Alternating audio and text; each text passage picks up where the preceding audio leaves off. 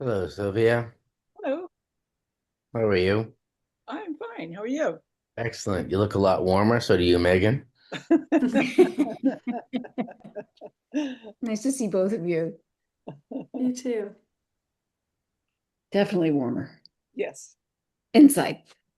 Well, as a native of Vermont, I'm used to cold. Oh, bless you. Wow. Okay. You're a trooper out there, that's for sure.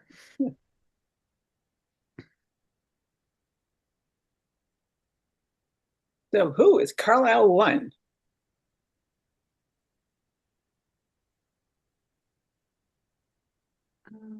I don't know, not a lot of clues in the video. No.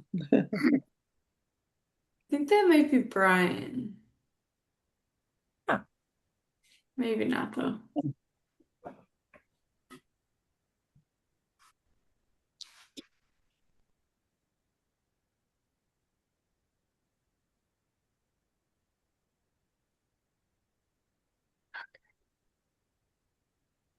I haven't seen Marilyn Cassini in quite a while. You're not looking well out your windows right now.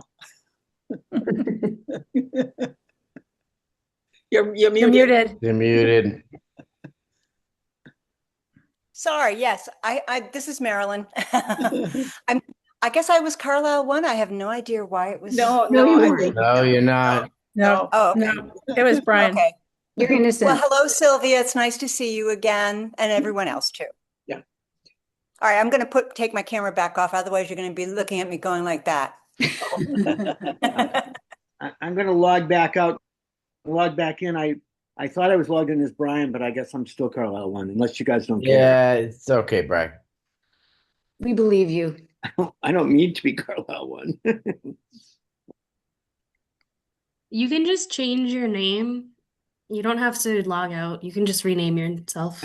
I was afraid if I did that, then everybody else who would be Carlisle One would be Brian Murphy. Oh, Oh, I don't think so. I think it usually resets to the automatic name because I log into Megan's account every time and I change it to Noelle. So we like share an account and it always goes back to Megan. I'm As long as you know reborn. who you are. We're waiting for, is George joining us? George did respond to my email and he did say he was gonna come. Um, Nick emailed earlier today and he said that he might be joining late. I haven't heard from Dan. How about Navneet? I also have not heard from Navneet. She said she couldn't, I think, at the end of in the afternoon, yeah. She said something came up. Can we text George? Or, well, give him maybe one more minute and then text him. He doesn't usually have his cell phone on right before the meetings because when there have been issues getting in, I've called him and he doesn't answer. But Megan, can I ask in advance, could we possibly, if the meeting goes, take the unanticipated issues first because we have Steve Tobin here and we'll have, I don't know if we have Judy here. It just seems sad to make them wait till the very end. Well, Yeah, I think as long as it's okay with whoever's chairing. well, yeah. I think either way, we've got also a big crew for the first item. So, It looks like George is here. Yeah, I mean, that's something the chair decides. I'm not gonna. I just want to mention it. there's George. I think best practice would be to have the hearing that was scheduled for 7 o'clock go first, just because it was advertised and posted in the town hall for 7 o'clock. No, I didn't mean necessarily first thing, but Okay. last thing. Yeah, Before the okay. bills. Just wanted to make sure we didn't make the applicants wait. hi, George. Hello there. Sorry, operator error here. What can I say? Well, we have a So, forum. Yay. so we have Ryan is here, Sylvia is here. Just have to take attendance. Melissa's here. I heard her voice. I see her. How was your trip, Melissa? It was great. Thanks, George. One day we'll hear No floods and all volcano about it. eruptions on your trip, right? The flight right before our return flight was canceled because of volcano dust. Yeah. Wow. That's So you it. lucked out. Yeah. It's an interesting part of the world. Very. Well, I want to see your slides. Okay. Another time I'll share. Okay, so if I'll save my attendance, that's good. All right, so let's see. Let me start the meeting. So I am George Shepard, Chair of the Conservation Commission, and I call this meeting of the Conservation Commission to order. Members present include Melissa Webster. Sorry, get my list up. Brian Murphy. Let's see, no Dan yet. Sylvia Willard. We have our administrator, Megan Sullivan, and assistant Noel Beeland, and George Shepard, the chair. That's me. Okay, so I'll get back to here. Members present remotely are all of us. Remotely connected are conservation agent. Sorry, I have an old thing here. Acting the ministry. We don't have the administrator. For this meeting, the Conservation Commission is convening by telephone or Zoom web conference as posted in the town's website, identifying how the public may join. Please note that this meeting is being recorded. Accordingly, please be aware that other participants may be able to hear you, and anything that you broadcast may be captured by the recording. All participants should keep their phones or microphones muted unless recognized by me. All right. So looking at the agenda, Megan, you recommended we go right to the 7:00 issue, which is 300 Curve Street. I think so, yeah. All right. So I've been on a tour of the property in 10-degree weather in my short I'm sleeve sorry, shirt. Is this being recorded? Is this Oh. being recorded? Because it says it needs being transcribed, but is recording on? I heard it was being It's being recorded. recorded too. Okay, We good. started having it automatically record when we start the meeting, so we don't not Okay. record it. Okay. So, Megan, do you want to give a summary of what we learned in the site visit and where we should be going next? Sure. I think maybe I see a few representatives for the project here at the meeting, so maybe I'll have them do a little presentation for everyone, if Okay, they're ready makes to do sense. so. So I assume people have seen copies of the plan? Mhm. Okay, okay. Trevor? Marie, let me know if you want me to share anything on the screen or if you're comfortable with sharing something, or I can pull up site plans if you need. Just let me know. You can absolutely pull up site plans Okay. if you'd like, if it would be helpful for the committee. Right. Otherwise, I am more than happy to talk everybody through the concept of the project at 300 Curve. So I can Yeah, I'll just pull them up while you're talking, but Okay. Sure. Visuals are good. So this is just an amazing and very exciting project, a wonderful opportunity. As you've seen in the plans, much of the project and the areas to be discussed do fall within the wetland area. This is something that Marie and I have dealt with certainly quite a bit, and something that we're extremely excited about.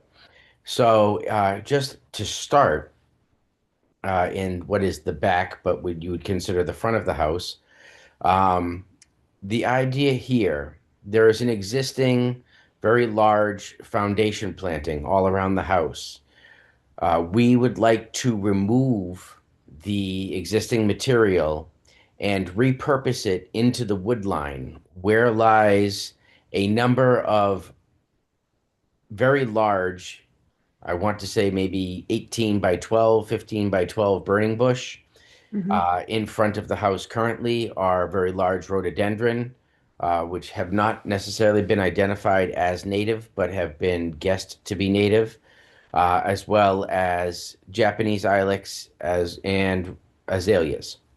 All of these would replace the burning bush in the property line. So they are not native. However, there is large material, and rather than throwing that material out, we would like to repurpose it for a screen, still ecologically beneficial. And this will be one of the first moves we will be making within that area. The entire front, as well as the area directly in the wetland along the pond, will both be turned into different types of meadows. Of course, by the pond, we will install a wetland meadow. Plants all designed for saturated soils, should they be so. And so we have 100% native plants going in. So just to return to the front foundation, which is the other piece within, we will be building a raised walkway. There was an existing walkway there before, or a deck that connected two separate decks. We will be reusing the composite decking and rebuilding a raised walkway in front of what will be a large picture window. And of course, in front of that, planting natives. But the idea of the raised walkway is to not inhibit current hydrologic flow across the property. There is a small swale there now. So rather than installing hardscape, we decided that it would be much better if we were to there are existing sonotubes, but just sink a few other sonotubes there in the front, build this raised deck so that water could still flow through the property from the upper portion down to the wetland uninhibited. Moving around the property to the back to the direct wetland and the wetland meadow that I spoke of. On the pond, there is a man-made, unfortunate water feature. Correct. There is a stack of boulders. Our proposal here, we will be planting a wetland meadow, and our proposal here is to go in when the ground is frozen, using proper compaction control, track mats, etc., to disperse compaction and dismantle the water feature just above water level, not taking out any boulders that are within the water itself, but leveling out that water feature so the pond can look more like a natural pond rather than a pond with a Flintstone-esque stack of boulders on the other end. The idea there is to then reuse those boulders and build a very informal retaining wall towards the backside of the house to make access to all of the utilities accessible. Currently, the backside of the house slopes right down to the pond. Here, we would like to build a slight retaining wall, very organic, just placing the boulders enough to build up the soil. From there, and then interplant the boulders with native plants that flow down into our wetland meadow. And then the other ask that we have is that we are able to pour a concrete slab that all of the utilities that are currently back there can rest on. This will aid in access along with the upper walkway at the top of the retaining wall, and will inhibit excessive weed growth, etc., around the utilities, keeping that area nice, clean, and practical, while the rest of the area is essentially returned to the wild land that it was.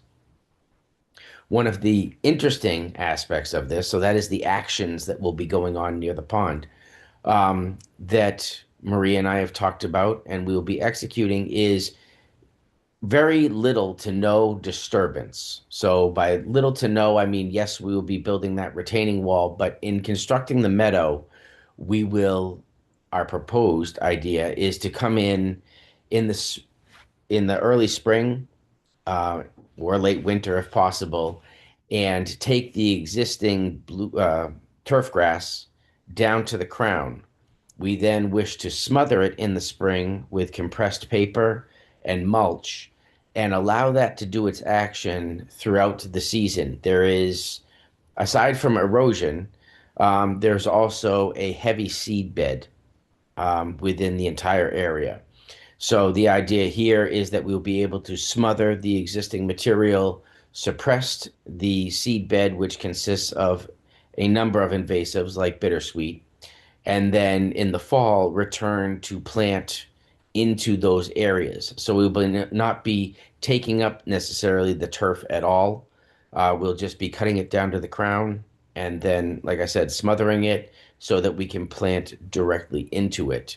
And this, personally, I am very excited about as an option because it really shows a very light footprint on the area. And then the result will be a native meadowscape that leads down to the pond.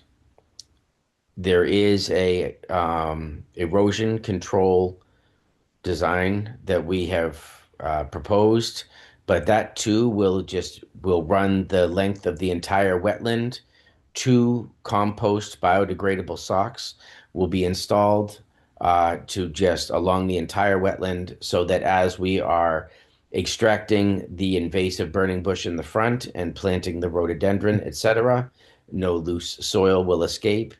And we will just ensure that the entire wetland area has double-lined erosion protection from anything that may be headed in that area. So we are extremely excited about this project and very thankful for Marilyn and Steve because they have looked at their property, seen all of this unused space, and have committed to returning it to native habitat rather than trying to push in more lawn or anything else, which is what Marie and I deal with a lot. So the fact that they have the foresight to really restore these areas to natural meadowscapes I think is just awesome. And Marie and I are just excited to be able to go in and execute the project with the lightest footprint possible. And we're also using plants in layers. So the plants that we're using are going to be, some are going to be lower to the ground, some are going to be higher. The purpose in doing this is to reduce the weed pressure and the possibility of plants that are within that seed bed developing or germinating. So that's actually going to be happening throughout the entire property. So we have a certain percentage of material or plants, I should say, not material, that will be low growing and, layered on top of that. So it's sort of an insurance policy, so to speak, against further management and maintenance issues. Thank you, Marie. I'm sorry? I'm just saying thank you. Oh, of course. We've looked through, the plant list. We've researched. I mean, Trevor and I have both used the plants that we're proposing for years. We know their quote unquote behaviors, what's aggressive, what's less aggressive, the root systems. We're using a different morphology of root systems. Another way of helping to keep unwanted material at bay. So that way you have a set of roots that may extend, laterally, but you have fibrous roots that go down. And then you have tap roots that work its way through all of those other roots, so that you have a nice matrix of roots in the soil, which also helps with water infiltration, of course, and nutrient uptake. So it becomes, in time, a self-sustaining landscape in time. All right. Any commissioners have any questions or issues they'd like to raise? Sylvia, Um, were the wetland flags reestablished? Megan? So they're gonna be refreshing them next week. So yeah, Sylvia was able to point out on the site plans that were submitted, it shows a wetland delineation from August 2023. Thankfully, she was able to point out that that delineation had actually never been confirmed when I thought it had. So a delineation is good for 3 years, but it was never confirmed.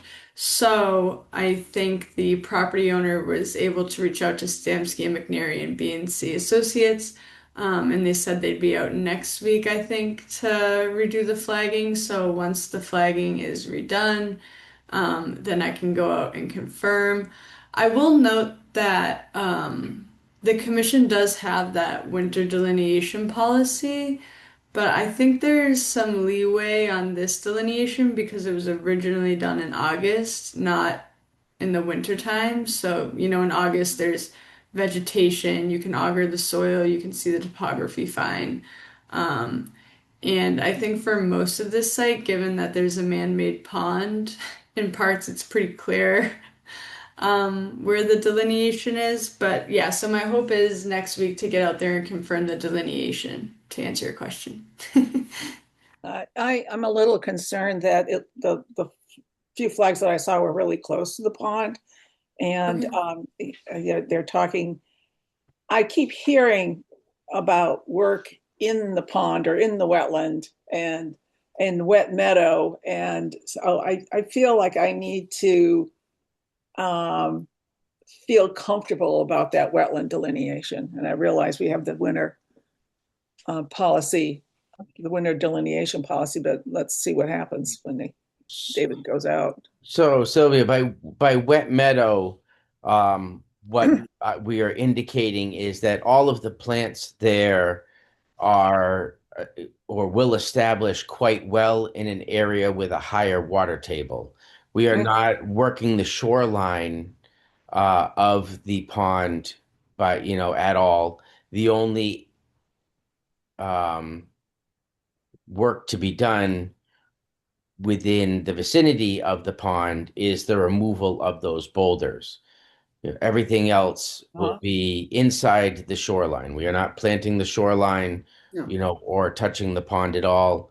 And as we described when you were looking at the water feature, we will not, we will be able to access and remove the boulders without things going in the water. The boulders, there's a definite line of large boulders that sit within, in the shoreline itself and in the pond itself.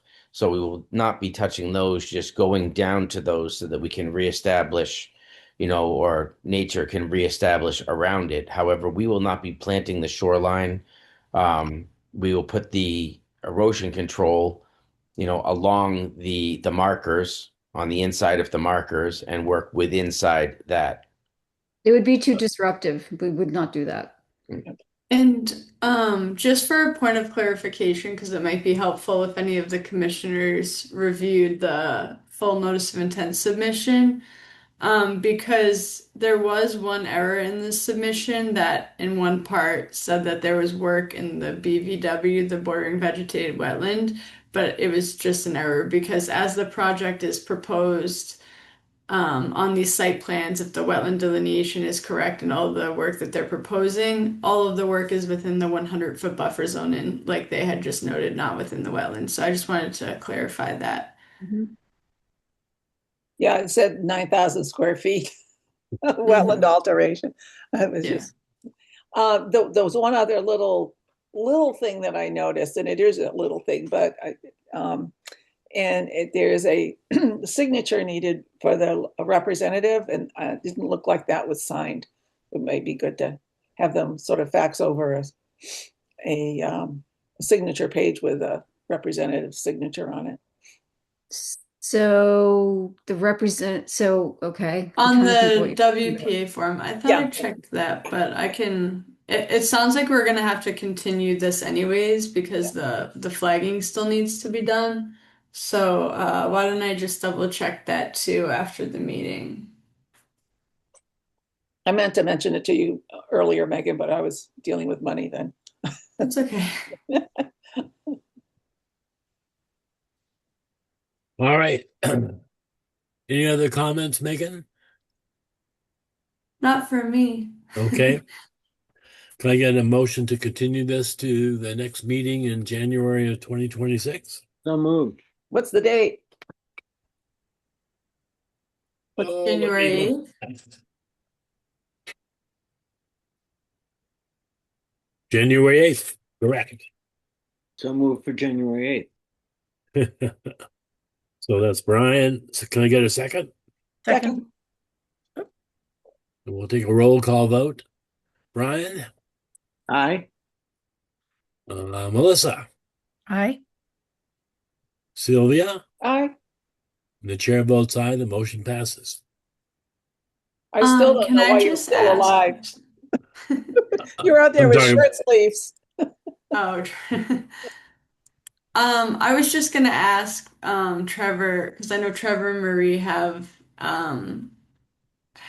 come here tonight and explained the project, and they participated in 2 site visits with me. So I guess I'm wondering for the next meeting, do you all still want them to come to the next meeting for the delineation part? I didn't know if you'd have more questions about this at the next meeting. I'm just asking. Can't hurt to ask. I, for one, I've seen the site and I understand that the issue is to making sure the flags are correct. Other than that, I'm satisfied with what I heard. And then I'll turn to the other commissioners and say, do you agree? Or I agree, George, and I think it's a wonderful project. Yes, I think it's a wonderful. Well, let's just leave the option open if some prizes come up, if they could come back, but other than that, it's well, I suppose agree if you with meet Paul. the alligator in the pond, Right. that would be a surprise. Okay. No. the alligator probably is safely under ice. Not breathing very well, though. All right. Shall we move on? Thank you. Thank you so much. Thank you for the presentation and the tour. You're very welcome. So George, while you were gone, I asked that if we can move the topics not reasonably anticipated by the chair somewhere Okay. into the beginning because we have Steve Tobin here and I guess now we have Judy Asikoff. So it would be good to not make them cool their heels until 11 o'clock, I agree with that. Let's hear all about Zoo New England. So I'm looking at the topic Zoo New England proposal for habitat conservation and improvement at Voss Farm under the Community Biodiversity Grant Program. Has everyone had a chance to look at the proposal from Zoo New England? I can present it if you want. I'm the LSC chair who we voted last night and approved it, but basically it's the same plan that last year when Dan was chair was approved by Conscom, submitted, but unfortunately there was no money. And that could happen again, but we think we're going to be okay. They have a great proposal. If we have issues about it, I know Jonathan sent out something, he was concerned.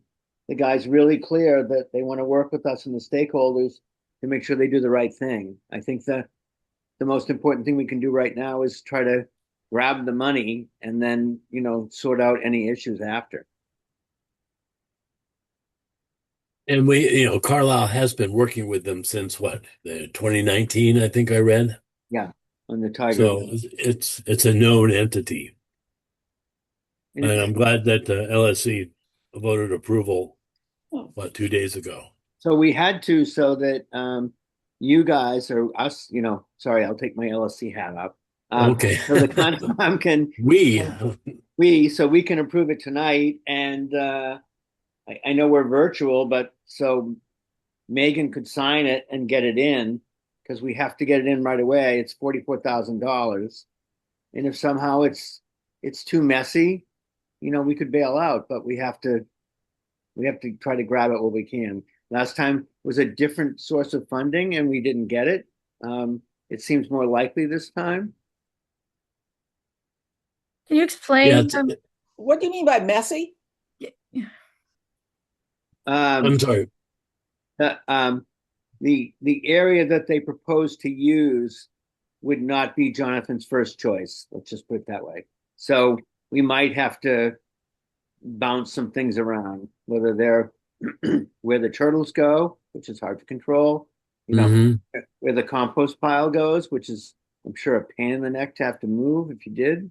But we don't have to solve that now. If you look in their proposal and their timeline, they say that in December and January, feedback and modification of proposal with community stakeholders to ensure that the users of Foss Farm are satisfied with the proposed work and schedule and activities.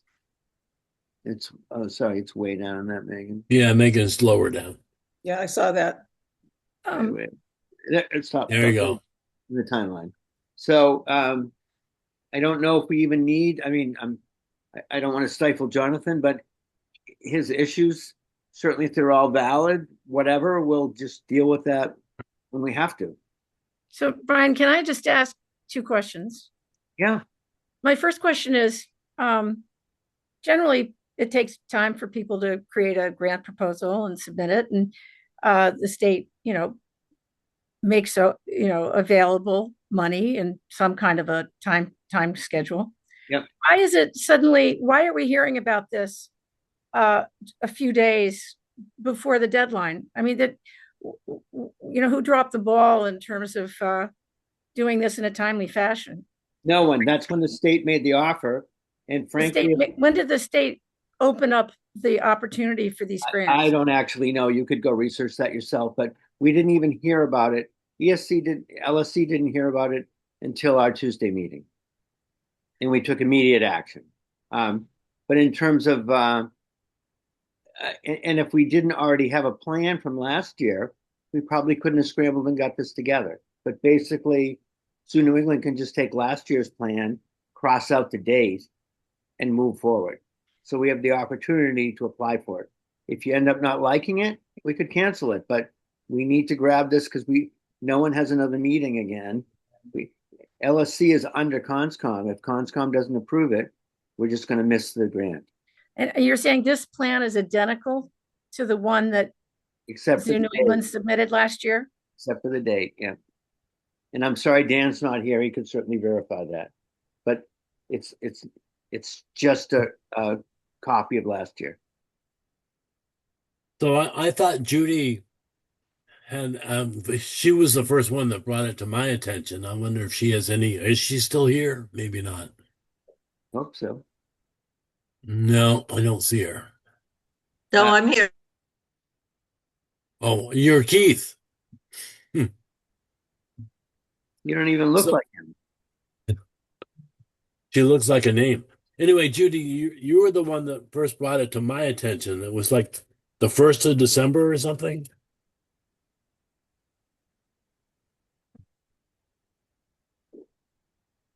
Judy, there we go. There we go. I got it.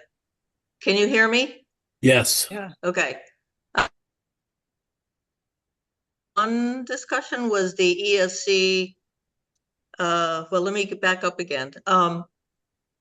Only in, I think, late October, the state governor, Governor Healy, and Associated Driscoll administration created a community biodiversity program. Okay, it's for the whole state, and some of it's focused on community, and some of it's going to be much bigger. And so this is a new thing that was just voted in the state. Okay, so last year the basic wildlife grants that were much smaller are the ones that we or Zoo New England tried to get a proposal funded that way. In this way, this is serious biodiversity work.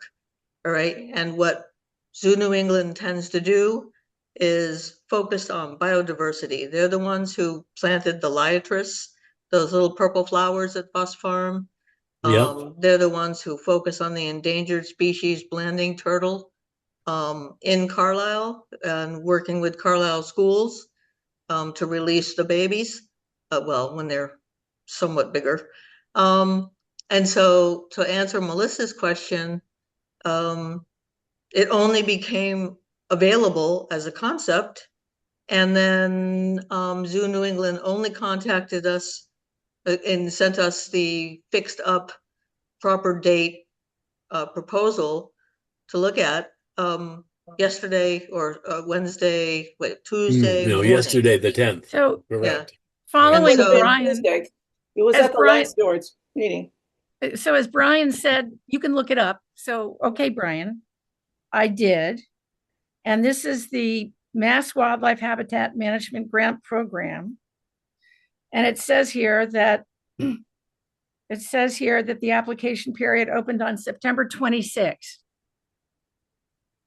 That's almost 2 months ago, right? But Zoo New Mhm. England, they didn't Almost contact 3 us months until ago. Tuesday. What? The possible applicant, Zoo New England, didn't contact us until Tuesday. No, I understand. So it's not your fault. It's theirs. I My don't point think- is that the period opened on September Fault here. 26th. We've got somebody I don't trying to give us think- $44,000. Yeah, well, they could have come before you in October, couldn't they? Well, Melissa, I think that they have a whole lot of people that they work with, and even though the program opened, I think there was some discussions going on. I don't know if you got to read my EcoZone article, but you'll see that in the paper, you can see that might help understand it. But the bottom line is everybody is all focused on what to do and this and that, and they're trying to pick some of the best possible projects. And so it was just happening. It nothing to do with LSC. Zoo New England reached out to us and said, hey, this is great. Let's consider it because we wanted to do it last year. So Right. Well, the Well, reason I raised the issue about timing, this sort of gun to the head, we get this 5 hours before the meeting, have to decide tonight because otherwise the money goes away. I'd like to avoid that sort of process happening as a general rule, because what happens is stakeholders don't have a chance to weigh in. And so I think it's important to have a good process always. So Melissa, not that I disagree, but in this case, what's the harm? Even if we got the grant and the stakeholders said, we don't really want to, then we'll just give it up. No, no one's Why about can't to execute. no, because if you've got an opportunity for a grant and you could write the grant a little bit differently to satisfy all the stakeholders and do good, that would be a better outcome than putting in a proposal that other people won't like and will fight against, and then you lose the money anyway. A broken process leads to a suboptimal result generally. Melissa, you're right, but at this point, because we have to submit this almost immediately, should we ignore it and say we don't need the money and we'll try again next so year? let's I think suppose- we need to move forward. Well, but my question is, what happens if can't the grant be modified Well, it so says, that it doesn't specify where you're taking the land from? Why does it have Well- to be so specific about, which little plot? it says right in the grant that he is open to tweaking exactly where with any stakeholders and especially Conscom, because understand that some of the areas they have highlighted are probably areas that Conscom's going to require a permit. Okay, so the whole thing is going to be a team effort. But if they don't get the state to support it, they can't even begin to work on it together. All right. Okay, I And hear you. Going back to the project timeline, we have December and January to get feedback and modification of the Well, you have January. proposal. So we have, essentially a month and a half now. And luckily Well, we I have mean- some people that were paying attention, like Jonathan, who has already given us feedback. So, I mean, Right. so I you had a second question, Melissa, or was that it? No, those were my two questions. Okay. Thank you. Any other commissioners have any points to make? Melissa, Sylvia? Yeah. I read down through Jonathan's comment as well.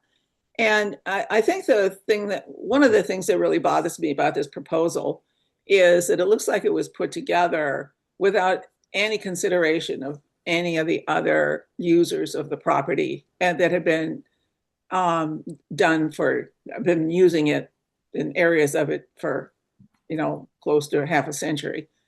And I understand that when you're putting a proposal together, you're really under the gun. I've been there myself on many occasions. But just the thought of sending bulldozers down and digging out native soil and putting in soil or sand from who knows where else, without really good idea of what else is going on there, really kind of bothers me without any sort of public comment period.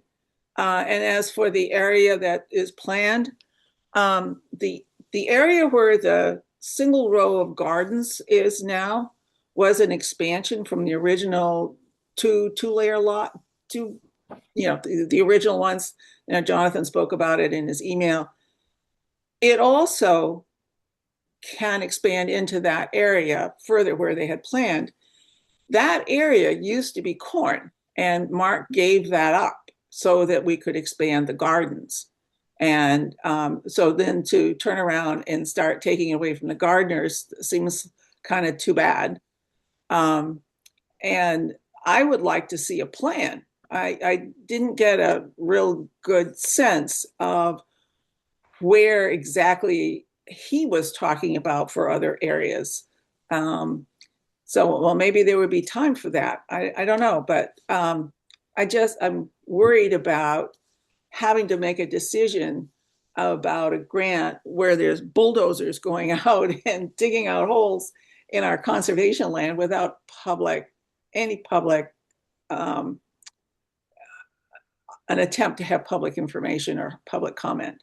I think that's so untrue, Sylvia. We're only trying to go for the grant. Obviously, if there's an NOI or something required of them. Oh, there will be. So our approving the grant doesn't mean we're approving the project. So I think there's no risk at this point. I mean, it stinks it's last minute. It wasn't happy in the LSC either. Like, why didn't I see this before? Because we did it that day. But I hear you, but no one is saying that they're sending a bulldozer out tomorrow. Good. Good. Really good. We know that's not true. Yeah. I'm glad. Megan, can you go down 2 pages on your presentation there? So we get to the not there, next one. A little bit more. More? Well, I guess that's got all the information. Yeah. So we have the here are the areas that are proposed. And I guess the question, proposed sand plain expansion area, is that a problem, Sylvia, or? I'm looking at next to the community gardens and that area on up used to be cornfield. And so, that was all disturbed, obviously. But, I'm the one that got the people coming into my office in tears because they couldn't get a garden plot. So I'm have some warm, fuzzy feeling about keeping that available for gardeners. But I'd like to see a plot of, say, what Jonathan's talking about, because he had other areas that he was suggesting. And I don't know where they would be composting, not composting, but they were going to do some solar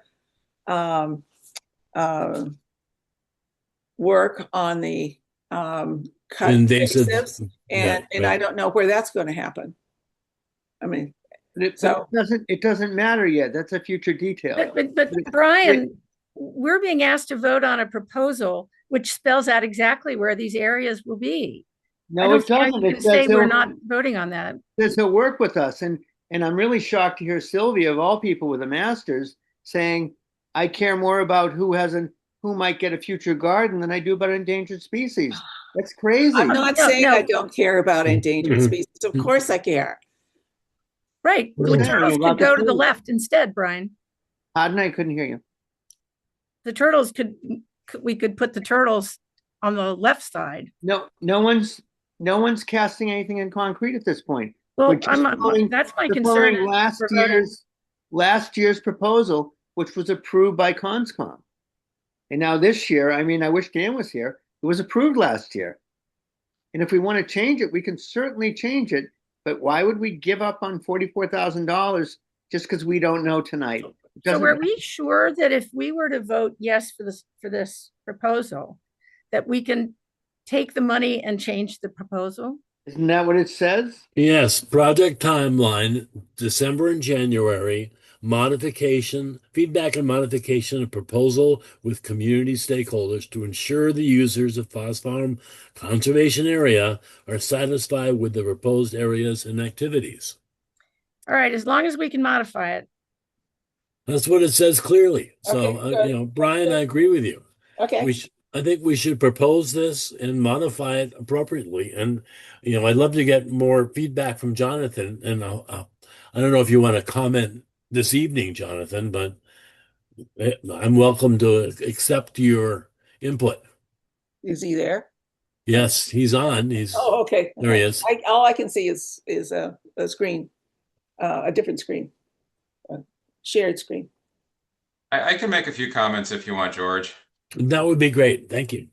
So you know, the first comment that I want to make is, you know, as a conservationist and an environmental activist, I fully support, you know, improving the habitat here at Foss Farm. There are a lot of issues at Foss Farm and on many of our properties. And so, you know, getting grant money for that kind of stuff to do that is really an important thing because, you know, we as a town, although we're a very rich town, we don't have tons of money dedicated to improving our conservation areas, you know, at least not from our tax money.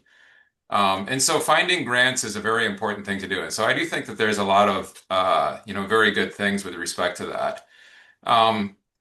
I guess my concern as I raised it is, you know, even last year when this got approved, I hadn't heard about it then. Now, you know, I wasn't the garden manager, Jack was, but Jack was very sick. And so I was doing all the work, but I would be surprised, you know, if this had come before the gardens that, you know, somebody wouldn't have informed me about it, right? That, you know, that there was a plan to take part of the gardens away. And I think we would have had similar comments a year ago had we had the opportunity. And so what concerns me most about this is, you know, I've worked, you know, a lot with the Trails Committee, for example, and the Trails Committee goes out of their way to collaborate first and then put in proposals after they've gotten everybody's comments together. And I think that's a really good model. And we seem to be lacking that with, you know, a number of the things that I've seen go on with the Land Stewardship Committee here. It's more a shoot first and then ask for people to agree to it later, right? And I think that's not as good a mechanism as something like the Trails Committee uses. Where they, you know, ask for everyone's input first and keep modifying their proposal until everyone is satisfied, or at least some majority of the people are satisfied. So I guess that's my main concern. Now, if we can change this, that's fine, but I think it sets an unpleasant taste in my mouth about the way that we're going about this, right? It's just, you know, I think we could do better, right? I think we could bring in the farmer. I think we could bring in the Trails Committee. You know, we could bring in the people who run their dogs on Foss Farm and make sure that all this is going to work for everyone. And the right? ponies. Yeah, the ponies. There's a lot of collaborators that, you know, that should have, the stakeholders, there's a lot of them that should have a say early in these projects. Well, we still So- could. The the hearing is the deadline is the 29th. I know, but as Melissa We could pointed have two out, meetings the to do deadline that. is only under the gun because we didn't get started in a reasonable time. Whether or So not. this has been known for quite some time as a possibility. I knew about it. I heard about the biodiversity grant back in September when it came out. So, I And think as you pointed out, Brian, this person, Matt, applied for a grant a year ago. So this is not gee, it just became available and we never heard about it before. so. I guess, my main thing is I would like to see, improved collaboration on the next project. And if you do go forward with this one, then yes, it's going to have to change because I sent it out to my assistant garden managers and they were horrified, right? They're like, you can't take that away from the gardens. We need that. So it's going to have to change. As long as you're willing to change it, that's fine. Otherwise the gardeners are going to be unhappy, and I think that would be bad. And I think, Brian, what you said earlier about trying to pit endangered species against the gardeners is a really bad way to go about this, and I really don't appreciate that. I think you take one conservation aspect and make it the enemy of another conservation aspect is just wrong. And so I appreciate it if you would rather collaborate with people rather than hold a gun to their head and tell them that they have to do something. That's just not a nice way to go about That's things. not what anyone said. That's exactly what you said. We said we have December and January. My Yeah. response So to Sylvia is saying that what about the gardeners? Well, let's also consider the endangered species. Come on, guys. yep, let's consider them all and do this in a collaborative way, which is not the way this is being done. But it could So be. We could I'm be. going to just pause there and say, I've said my piece on that. So I just want to point out another thing, that if you look back at the Foss Farm Management Plan, a number of these areas are mentioned in the Foss Farm Management Plan. And in fact, the last invasive species work that was done on Foss Farm is the green arrow that's up there. And that buckthorn was all removed, and the town has let it fall apart again, such that that buckthorn is back now. And we spent $24,000 including CPA funds to do that work about, I think it's 18 years ago, maybe 15 years ago, somewhere in that range. And we lost it. And so I would like to know, if we get $44,000 to improve this, is the town going to keep up with this stuff? Right? Or are we just going to be, every once in a while requesting a grant that we're going to try to put things back together? Or are we actually going to behave properly, and once we do something, maintain it? Well, if you don't mind, I'd like to answer Jonathan's last comment. And that is that for the last year, since LSC had any responsibility to do any management at all, we have had Maddie Kazuski of Backyard Invasives working a lot at Foss Farm. All right. So we had her specifically work first in the areas surrounding the entryway, when you come in from the parking lot, and it's where the horses walk down, okay, on either side of that larger open area with the pony ring at the bottom. All of the buckthorn and other invasives has been removed from the parking lot edge and all along both areas, on a big open area, and then on the other side between the road, the community garden road, and up toward the parking lot, also all buckthorn removed. It's the way we got started. Okay. And the next job this coming year is all the stuff along the community or a community garden road. So, and it looks like this project would actually include some of that, and we wouldn't have to pay. All right, the state would be paying. And so I hear your point, Jonathan, that for the last 20 years or 15 years or whatever, nothing was done in invasive management, but it has been done this past year. So let's just move forward. Okay. I just think that that's an important thing for the town to understand, is that just getting the grants is not going to be enough. If you actually want to maintain this, you've got to actually put some money up to do maintenance. Yeah, every single town should say that. Yep.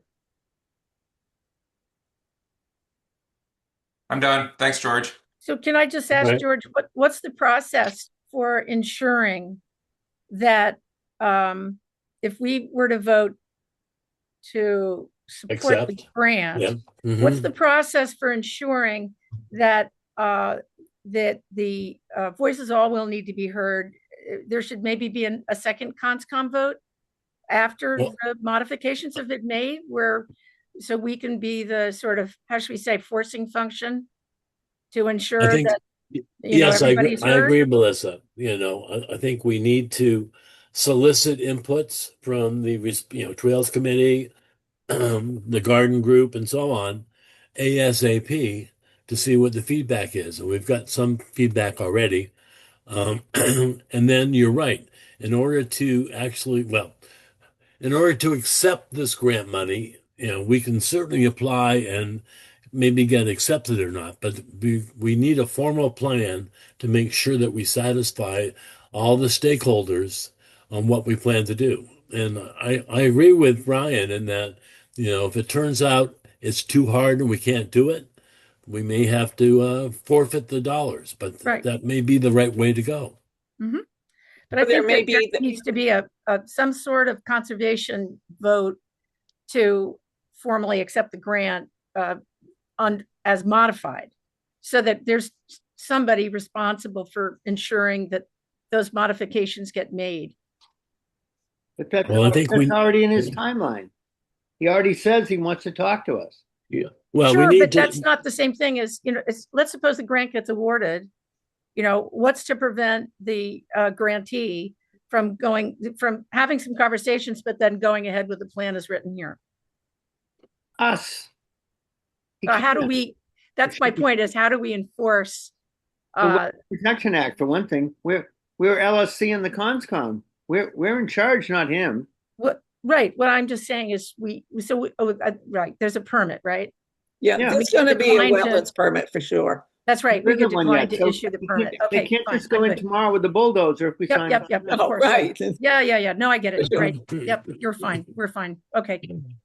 Digging out holes in rare species habitat. Yeah, Right. Well, I think we need to get back in contact with Zoo New England and talk this over with them, saying we have some issues. We expect there are going to be some changes, and CONSCOM and the LSC are going to have to improve the final plan before we move forward.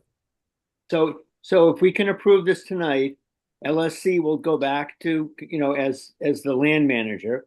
We will go back to Zoo New England. And of course, we will, maybe like the Woodward property, we might even have a special group to quickly discuss this and make sure that everybody's happy.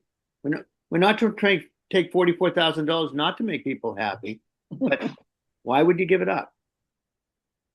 Well, we need to see whether or not we can come together with a plan that satisfies the town community and still probably has to stay within the $44,000. And we may have to say we're not going to do this part of it. But Where we did that need to number be. come from? Pardon? Where did that number come In a from? spreadsheet on the second From line. Zoo New Oh, yeah, England. right, yep, thanks, yes, I did see that. So, it may be totally unfeasible for all they want to do here, but they've given us an estimate.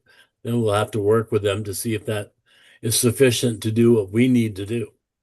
Right. So we just do that in January, That's the only time we've got available. right? Well, according to this schedule, this is the timeline that Zoo New England put together. Maybe we should talk to them about the timeline. Well, George, it's because the money has to be spent by the end of June. Holy Okay. moly. All right. I didn't realize that. Sorry. Holy moly. It's a short grant. I'm sorry, but I came from Cohasset, which was a rich town. We would not just blow off the chance to get $44,000 because we think that, we need more time. Why wouldn't you just take the money? We're talking about cutting the budget by 1% of every town board and committee. Why just give it a try? There's no reason not to try. They can't do anything without us. So that, Well, where, I guess my question on the money was, by the way, is, has this, the 44,000 is the proposed request, right? It's not a pot of money that they've learned is available, right? So they could be granted less. Yes. Sure. Yep. It's their request. That's my They're going to have to understanding. modify their plan based upon funding available from the state. That's right. And any changes we want to make. Yep, I agree.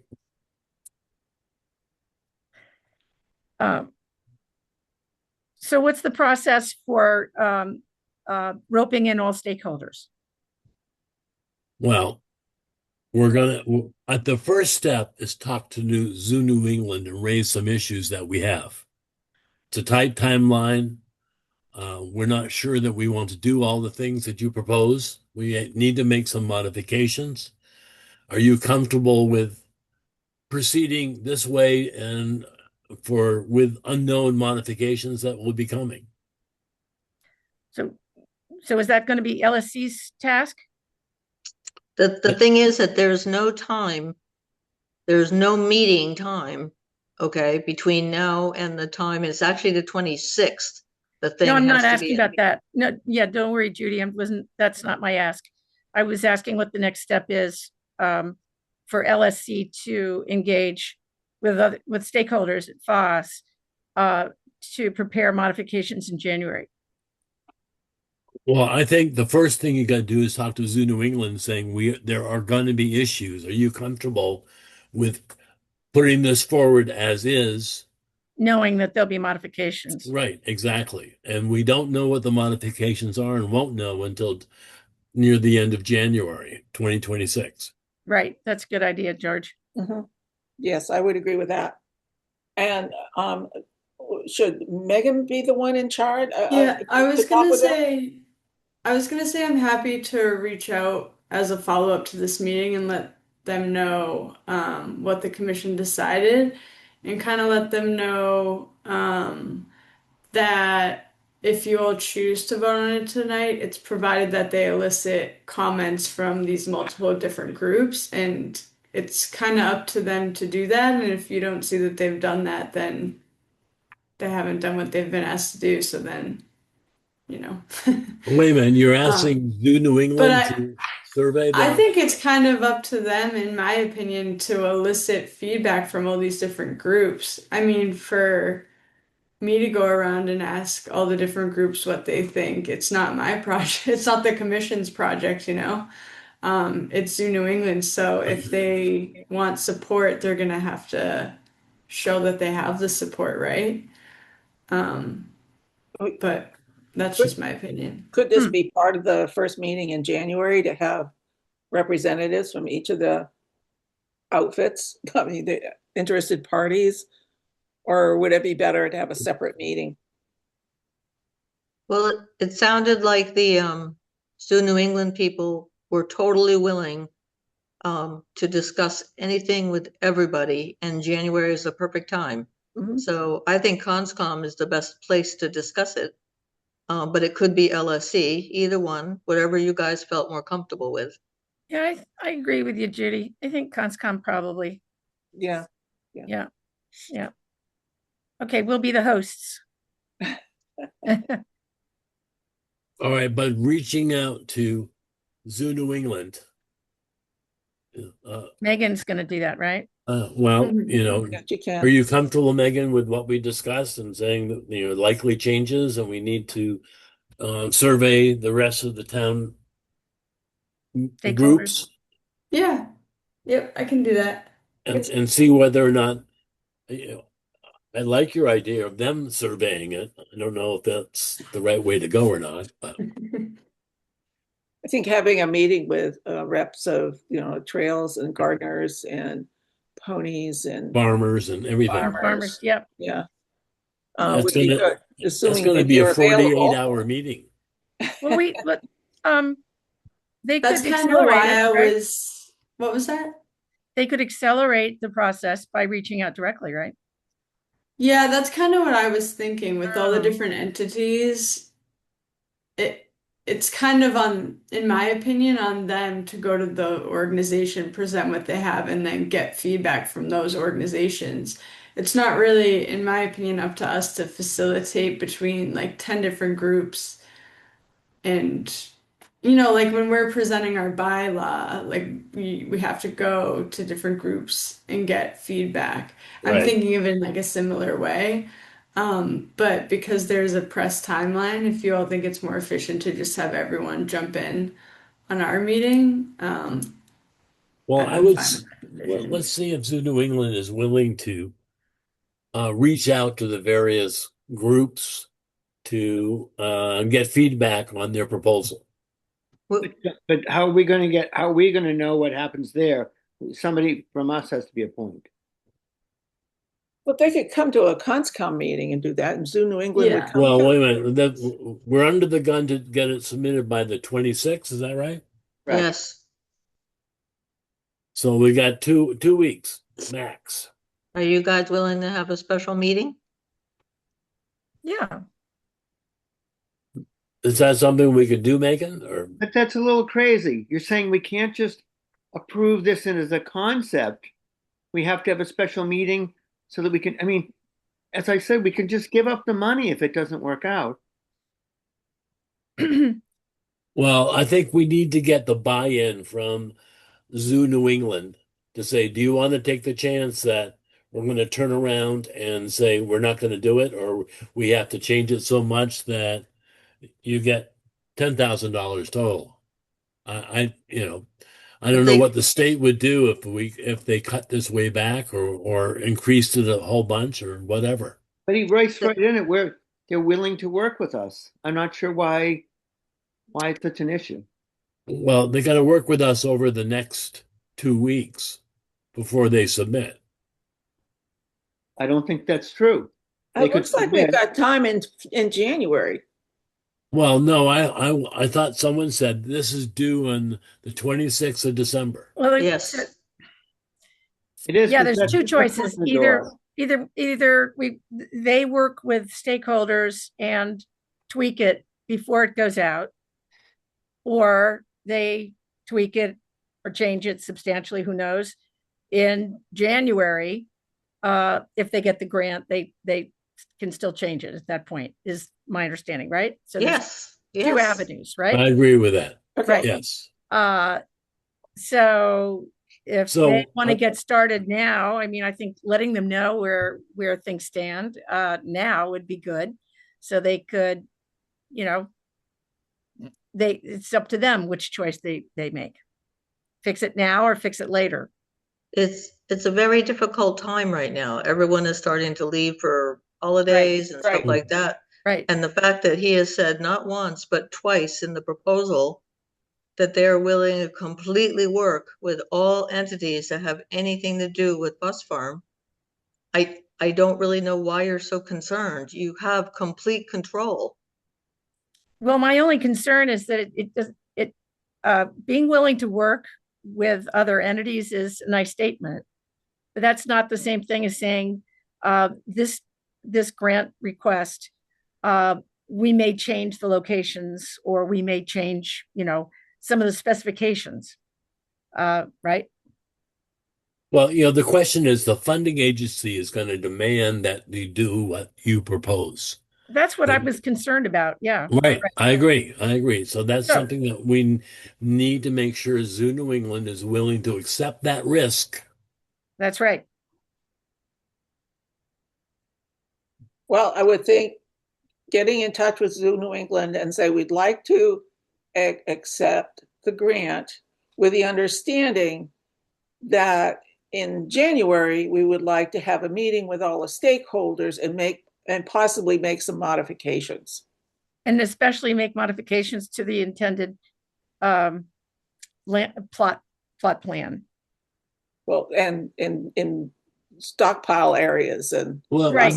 let's not define the modifications now. no, just right. I agree with you, George. Just Right. accept the grant, but were you willing to meet with us in early January with the stakeholders? We can send them the stakeholders Yeah. contacts so they can get in touch with them and send them the document themselves and have a meeting where we listen to the stakeholders and listen to what kind of modifications they'd be willing to undertake. How does that sound? Well, I think the first thing going to say, if there are modifications and the dollar amount changes, is the state going to turn around and say, sorry, no money? How are they going to hold Zoo New England's feet to the fire to do what they are proposing now? Well, Zoo New England says they're willing to modify things, but I right. don't know what the state's going to accept. Well, we don't know that. We just have to go by what Zoo New England says. Right. So we need to ask them if that's, Yeah. If that's what happens, Yeah. is that acceptable to them? Yeah. Well, what George- about if we ask Megan, if you're willing, to contact Zoo New England and say, Conscom totally approves you moving forward as long as you put a line in saying there may be changes in the exact locations based on feedback from stakeholders or something like that. Megan can do a good job at that. Well, I wouldn't define it that way. Locations, there will be, there are likely to be some modifications to your plan. Right. Is how I would phrase it. Yes. And that would be fine. And that way it could be done now before, who knows who's going to be taken off before Christmas. So it would be, I think we should keep that in mind. And yet Well, get something written. We're never going to something get that they approval sign. before Christmas. No, that's not going to happen. Right. So all we need to do is get the buy-in from Zoo New England to be able to accept recommendations from us and be able to, satisfy the state, entity that's going to give us the money that's okay. That we'll be making some modifications, but we don't know yet because we haven't Right. heard from the Exactly. public. But Never heard from the he already public. allowed for that in his cover letter. It says we're fully prepared to work with the commission and other stakeholders to ensure the public access, blah, blah, blah, blah.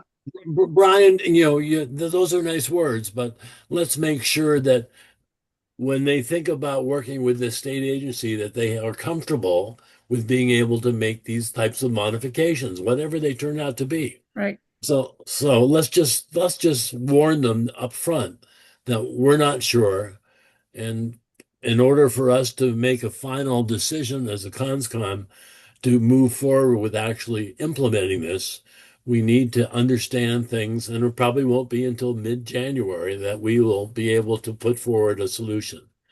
All right, Megan, I see you've turned off your muting. Steve I was Tobin just has gonna his say, hand it up. looks like Steve Tobin has his hand up. Oh, sorry, I don't have all the viewers. No, that's Stephen, okay. go. So I was wondering if we know when the grants will be awarded. Will it be before the end of January? I don't know. I can't imagine if Zoo New England is going to allow us to make modifications in January that the money will come up. Well, actually, you raise a good question, Steve. I don't know. I think last year it took quite a while for our proposals to be turned down. I just don't know how long it's going to take this year.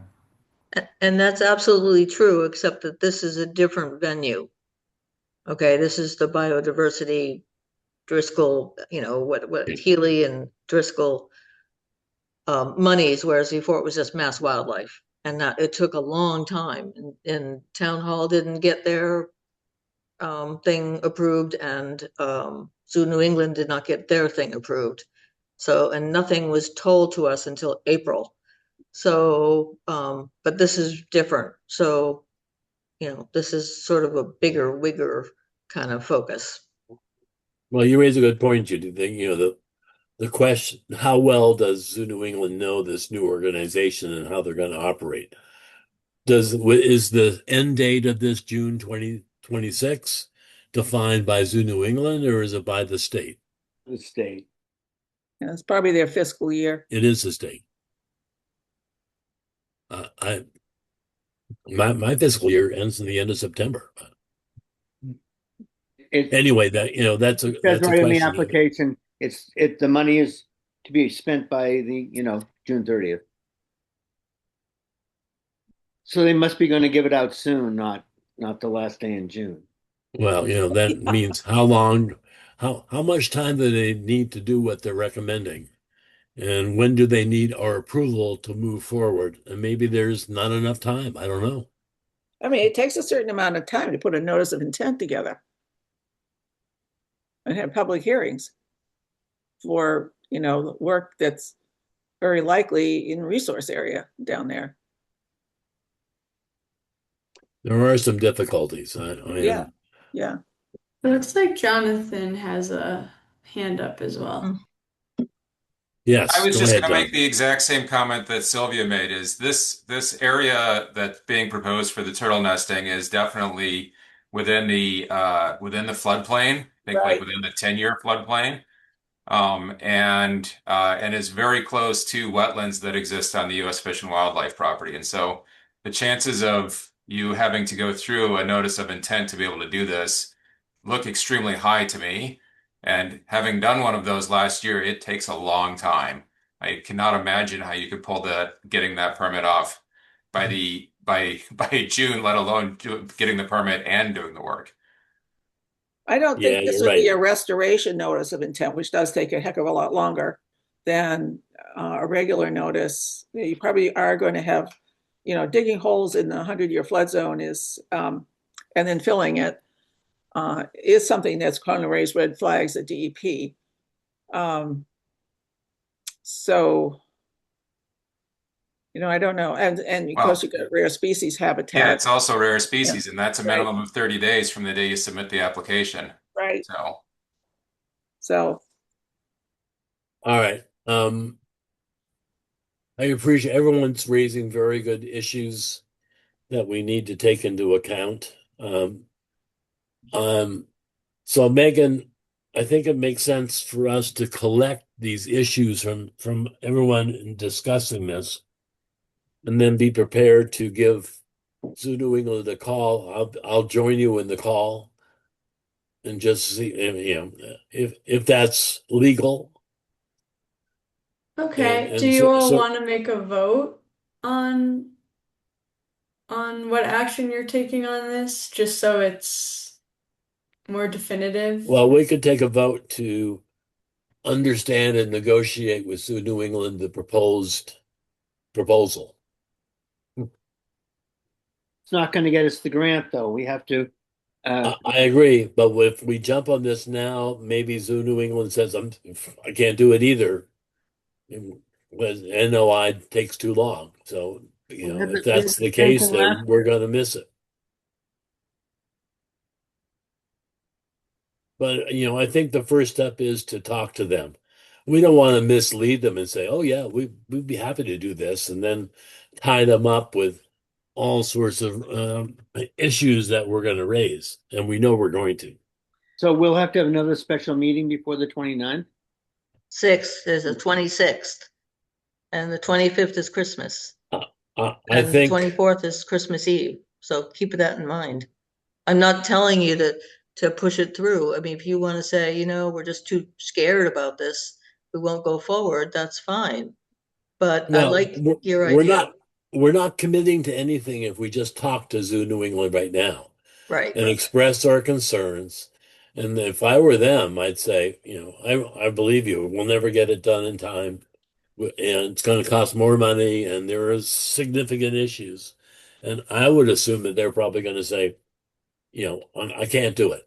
So, but let's just get them on the same page with us and be afraid of the issues that are likely to arise and see what their reaction is. I do believe you need to vote saying, let's do Well- this with this particular change if they say X, Y, or Z. I mean, that's that's usually the protocol, because unless you're promising to have a meeting before the 26th where you vote again. Well, I think based upon with the feedback that we got from Zoo New England, we may have to have an immediate meeting in December to make a decision if that's practical. Go ahead, Megan. I see you're ready.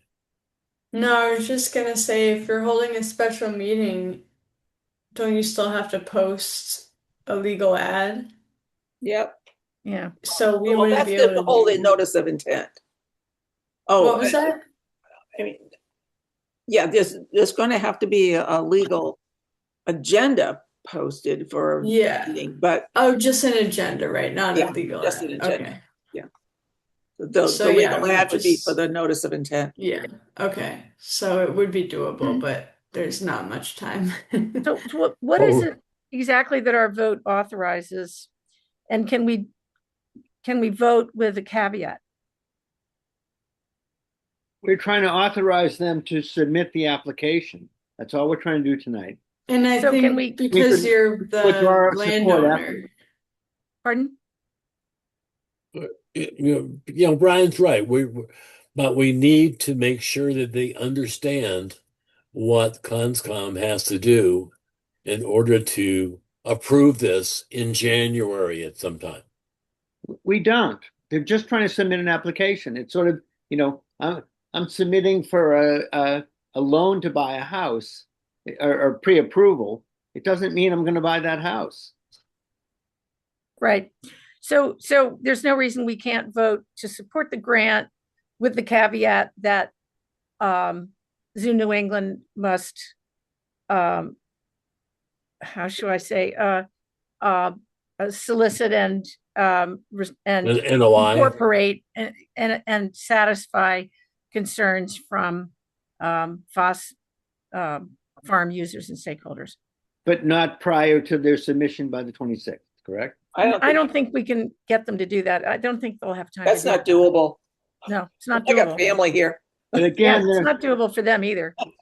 their application says we're fully prepared to work with. There's nothing. Sure. I just want to make sure we have it in there at a caveat that they will be responsible for soliciting the input and accommodating that input to satisfy the various FOSS user communities.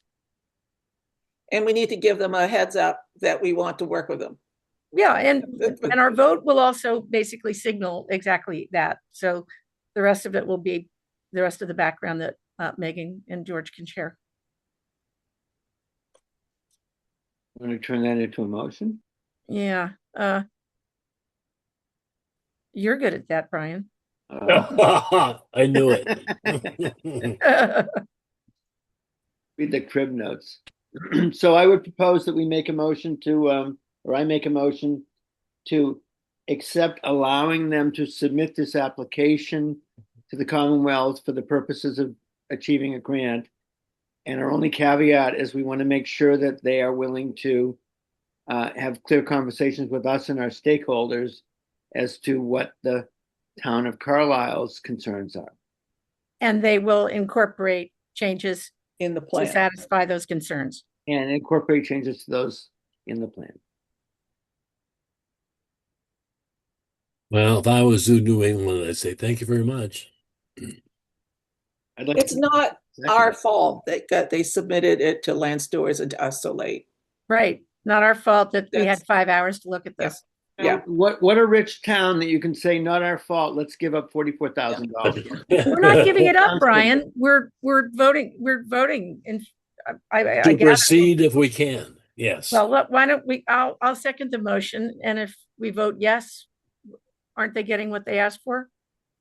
Hopefully Yes. we're getting what we want. It's certainly. They're Well, we're not committing ourselves to Brian, they approving should be what perfectly- they provided. Yeah, if Brian, you've pointed out 3 times that they're willing to incorporate changes. So what are we saying that's different? That we're asking them to admit to us that they'll incorporate changes, even though they wrote it twice in their document. But So they shouldn't have a problem saying that, Yeah. right? no, I don't think so. How could they? Okay, good. Come on.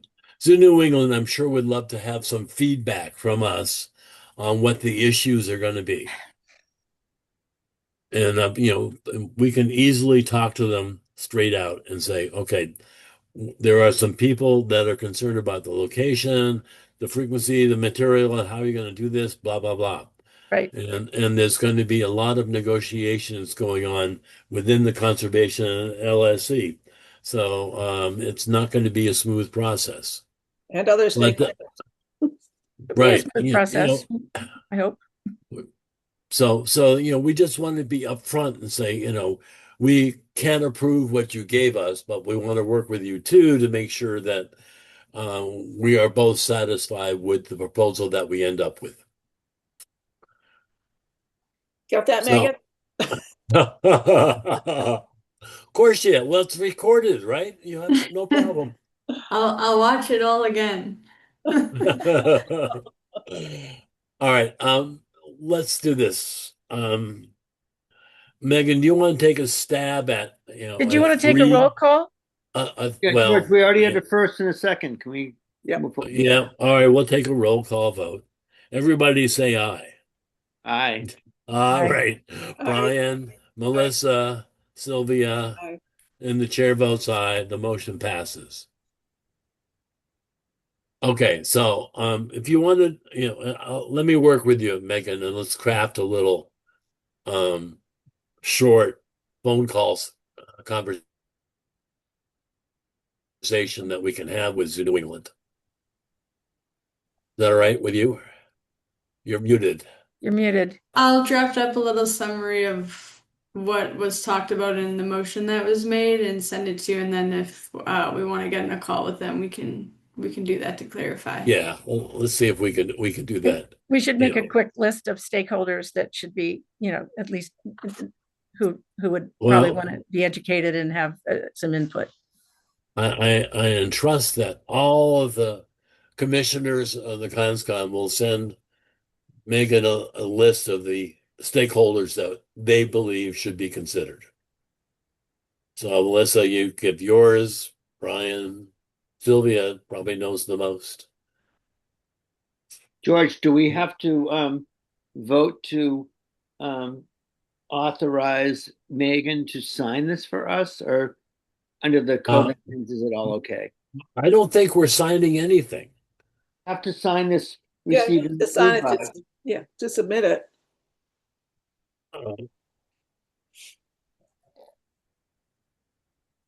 Well, I don't want to sign something to submit it because Yeah.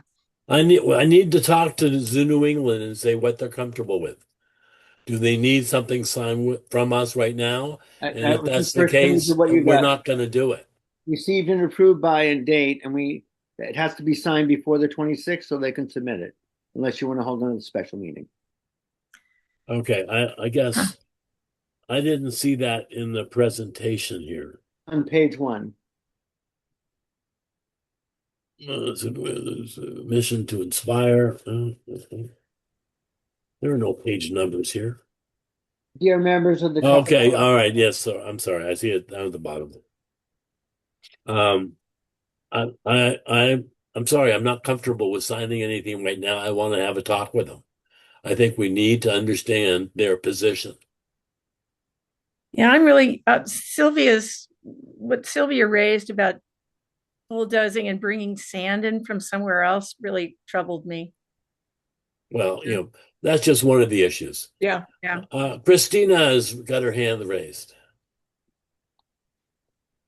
Hi, thanks. I was just going to propose something to make it a little easier so that you perhaps don't have to have an additional meeting, is voting to allow Megan to sign contingent on the conversation that you're going to be having with Zoo New England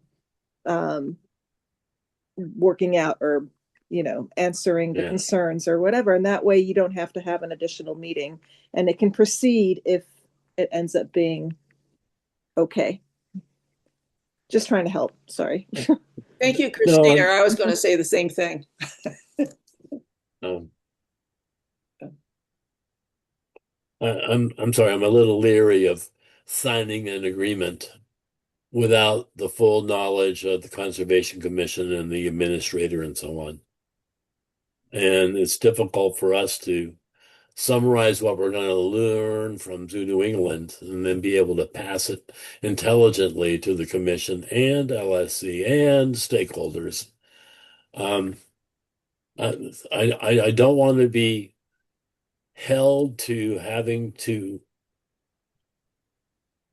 well, this is a fishing expedition. I want to go talk to Zoo New England about how they operate and the issues that we are likely to raise. And is that something that they think they can handle reasonably? And if I were them, I'd say no. You're going to require an NOI. Well, that's going to take 2 months for you to get that before you can do anything. And see how they react. So Christine, I understand what you're saying, but delegating it to poor Megan puts her on the spot. So if she accepts the challenge, let me know. Well, I guess I'm just a little confused because you guys made a motion to approve it, provided that after they submit on the deadline, they speak to stakeholders, LSC, Concom, everyone, and they might have to do some revisions to the proposal. So I'm just trying to figure out, I just want to be clear about what I'm doing after the meeting, because from the motion, it seemed like maybe I could be authorized to sign that, and then I send them a statement that it will only be signed provided that A, B, and C happen. And then we work those things out. In January, we can have them at our January meeting if that's what the commission wanted. But yeah, I'm just trying to clarify what is being asked of me so I don't do anything wrong. Well, I think the point of our conversation with Zoo New England is just to raise potential issues, and maybe they won't happen, and maybe they will, that there will be modifications to the proposal as stated. And they, Brian's right. They do say we'll be happy to modify things. But if this has to get done by the end of June, is Zoo New England comfortable with doing all this work? Maybe it's not all that much work. I don't know. I mean, they either are, or then they just don't apply, which, yeah, I guess it's up to them to decide if it's feasible, but yeah, I don't know. I'm getting confused. I just think we need to have an open discussion with them and just raise our concerns and make sure they're comfortable with being able to move where the turtles are going to be. Maybe they don't do a turtle location. Maybe they just nix that from the whole proposal and continue with the others. I don't know. But, I'd like to see what their expectations are the trouble is this is a new state organization that probably nobody else has dealt with. This biodiversity group that's finally just got some new funding. So I thought they were submitting the same proposal they submitted last year. So isn't it probably the same agency? No, this is a brand new agency. Yeah. Isn't that true, Brian? Different funding, yeah. Yeah, I gather it's a new, something new. All right. So does the motion that you guys all made before stand? Or do you want to retract it and not approve of it? I just feel like there needs to be a definitive answer, but I do feel like we've belabored this for too quite long. A while. Yes. Well, if George, I'm not well tonight. I may not make it too long in this meeting, so we need to move things along. I know somebody else is going to join and we'll have a quorum, but I don't want to break the quorum. All right. Well, I'm sorry, Brian. Well, if we were to authorize Megan to sign and guess that the primary objection to the proposed work as it stands would be at the gardens, then we could authorize Megan to sign if either Zoo New England modifies the proposal in a way that satisfies the needs of the gardeners, or the proposal, the turtle piece is excised from the grant application. In that case, they have a couple of weeks to decide how they're going to modify the proposal in order to satisfy us and ensure that what they're putting in front of the state is what they duly want to execute. Well, in general, I think you're putting it pretty well, except you don't want to say specific things. Oh, and the turtle is one, and Right. you just Right. say that Or there will be specifically the gardens. modifications. Yeah, It could be great. somewhere else on the Foss property. Right. I just said that, I think. Either you modify the plot plan, if you will, We need a or mutually you agreeable. take the turtles out. Either way, you could modify it either way. Right. Well, we don't have to specifically mention the turtles. That's all I'm saying. No, we don't need to It do just that. that the approved plan by the commission and the stakeholders might be different or may modified from what is presented so far. And the problem is that the timeline is probably not going to work for us. We have no more meetings.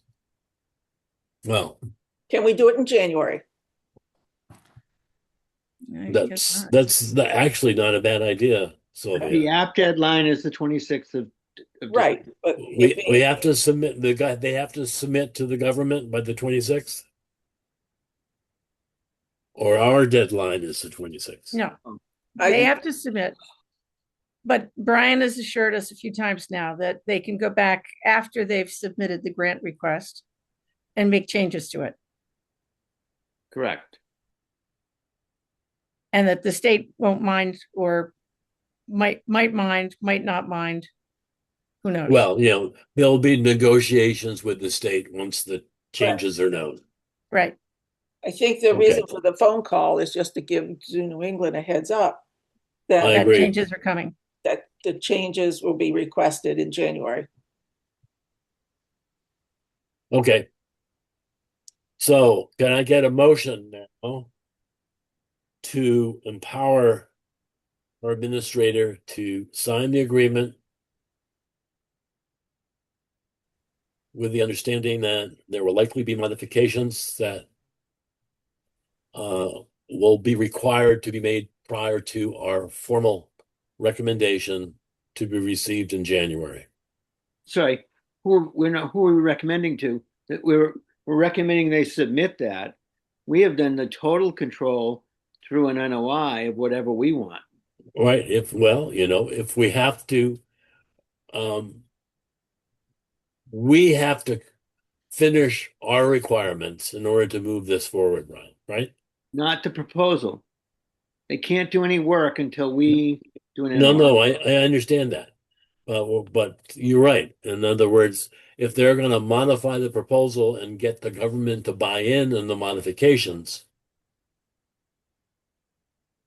I think they're going to submit what they've got, which says it's loosey-goosey, and it says we're going to work and get feedback from the town.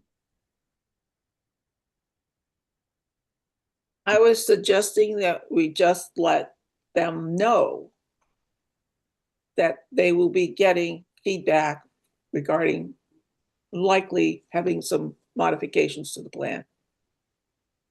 Again, in two different places, Yeah. they welcome that feedback. Okay. Now we're going to say, I'm going to give you feedback. They already asked for it or welcomed it. So I just don't get it. so what are we committing to by signing this document? Firstborn children. No, second. I was a firstborn, so Don't tempt me. I got to keep my spot. So was I. All we're doing is allowing them to submit an application Okay. for a grant that they may not even get. And yet at 8:38, we're still debating the whole thing. It's just, we can always back out. They could back out. The state could back out. We don't know what's going to happen. But there's no reason not to, file the credit app and hope you get the free TV or whatever you get out of it. Well, as a subcontractor talking to the prime, the prime really would like to know whether or not they're going to agree, and is the cost going to be reasonable in the time frame, and we may not be able to meet any of that. So, all right. But for now, let's sign the document, Megan. I think we'll authorize you to sign the document and to submit it tomorrow. So do we have a clear motion to do that? It was motioned before, but I don't think anyone seconded it, so maybe it's best to do it over again so we can Yeah, just no, have this I'm clear. sorry. I thought we No, were it's trying to okay. make a new motion. So ignore all the previous ones. Brian, do you want to make a motion? Sure. I make a motion that we authorize our conservation agent to sign this proposal. And we do have I don't even know if we need to have the caveat. We just need to sign the proposal. I think Go ahead. it seems like others would be comfortable with the caveat, so I think we should keep it so we don't go through this all again. I agree. Right. So you want to give your caveat again, Melissa? With the caveat that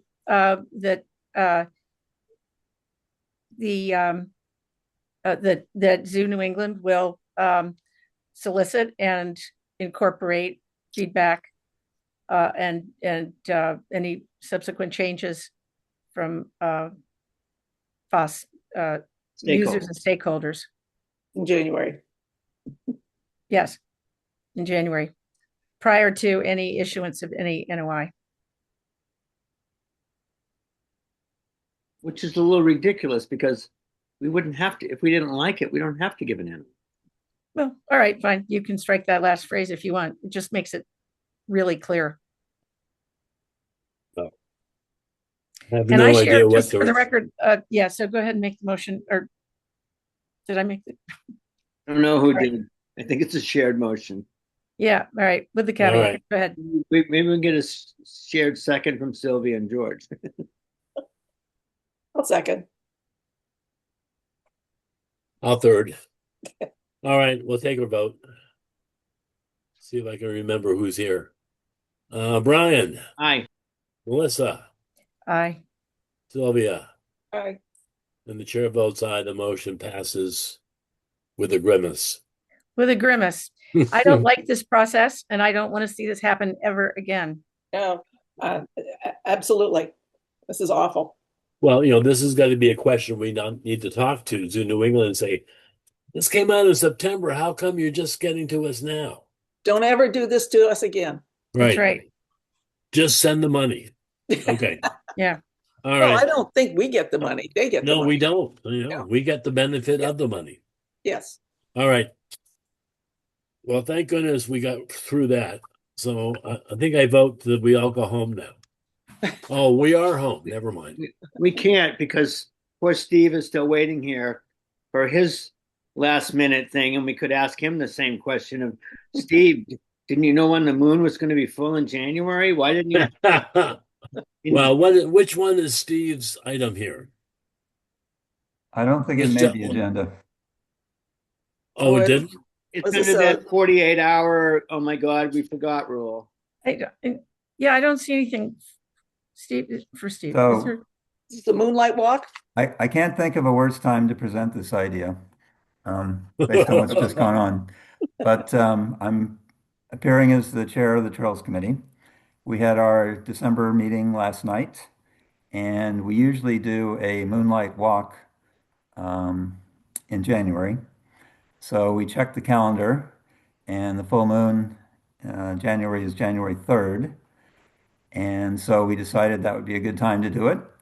And then we realized that we had just missed the LSC meeting where we would need to get a permit. And so I guess I'm asking if it's possible to get a permit before January 3rd. If not, we can probably do it the end of January, beginning of February.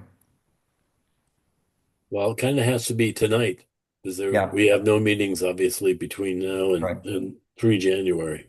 So I apologize for bringing this up at the last minute. We only plan 1 month in advance. I'm sorry.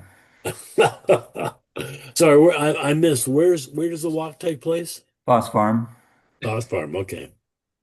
And And does how- it go into the refuge? Yeah. So we've done this quite a few Many years in a row. times. Yeah. Okay.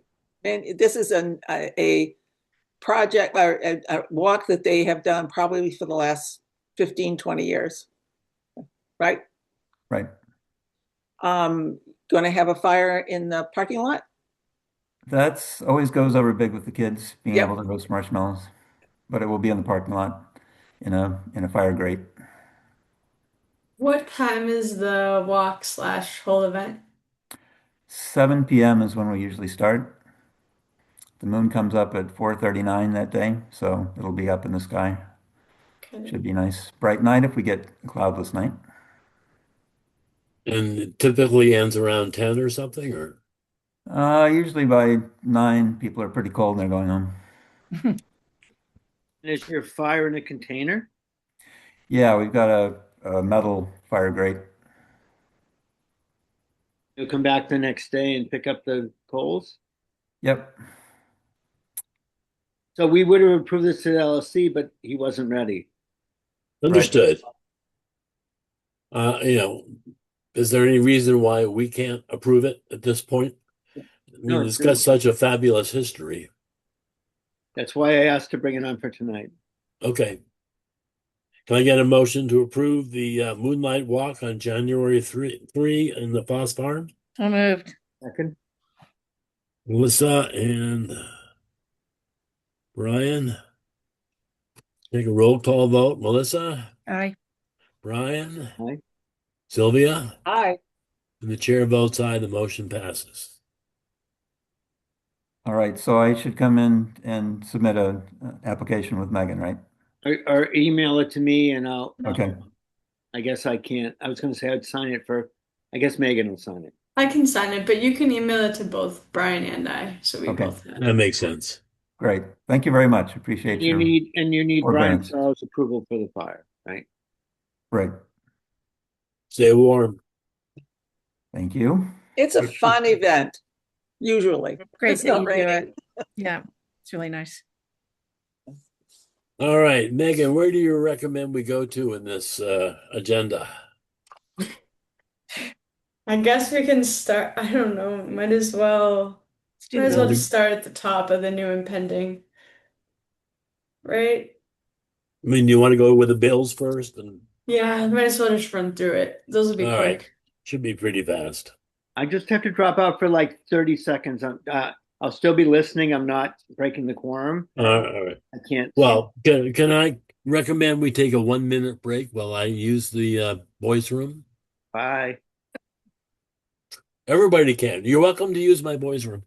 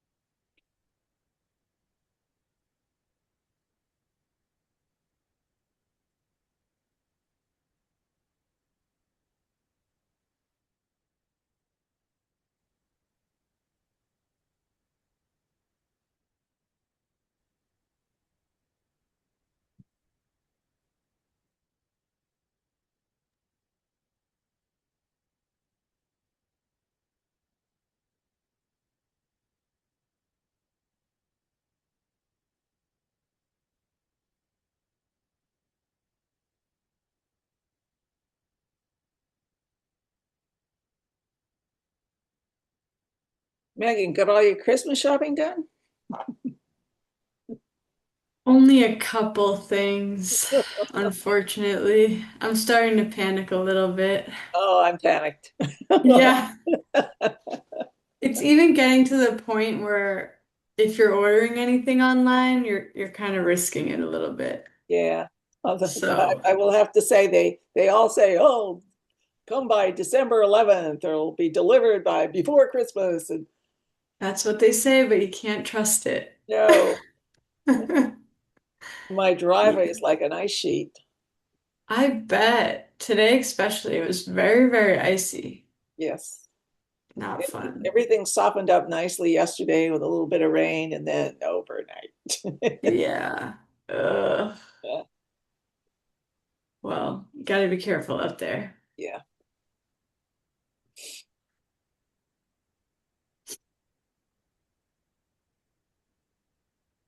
All right, he's back.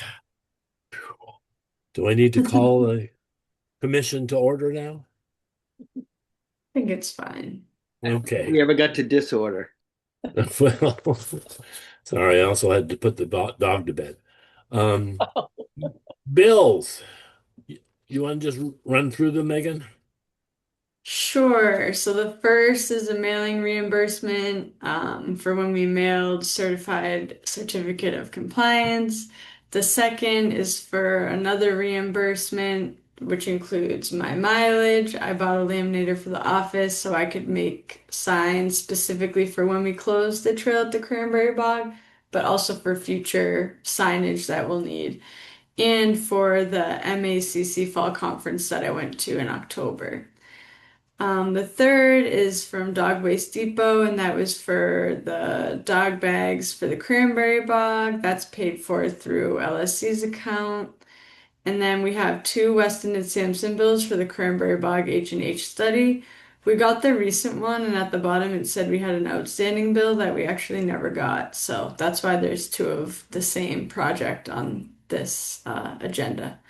Okay. And those are funded through the CPC money that was awarded prior. So that's that. Can I get a motion to accept Make the a motion to bills? accept the bills. That's quick. I Is don't there- know, well, I Second. can't do that long. I'm trying to get through this fast. Second, So- Thank you, Melissa. We'll take a roll call vote. Brian. Aye. Melissa. aye. Sylvia. Hi. And the chair votes aye, the motion passes. Number 2, minutes. We have the October 23rd of the 25th. I scanned through it. I had no comments. Anyone I have- had some comments that I sent out to Megan. There were small things. But I don't remember what they are. One of them I didn't know, it referred to land within degrees, and I was wondering if it meant debris. TBD. So Megan, you take a look at the comments that Sylvia provided and Yeah, I updated. put them in the drive, but I can pull them up. Is this the right one? I can't see the top of the page. That is the right one. Okay. Is that the, But it isn't the one that I sent. I didn't Or send are that. you talking about the 6th of February then? yeah, No, this is the one. October. Is that the one, my red line that I sent? Oh, here it is. Yeah.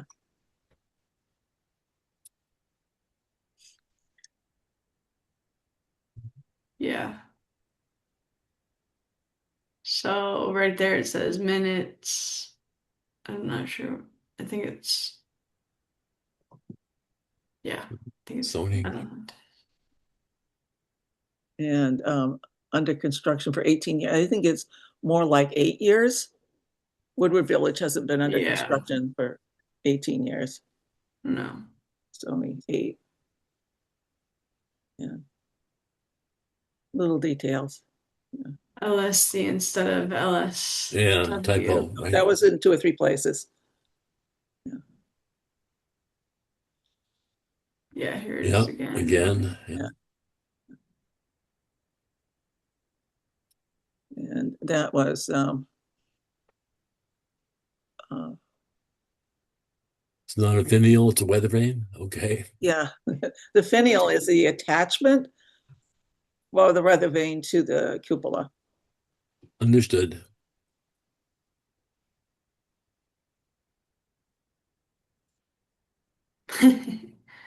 I like that addition. Oh, you would.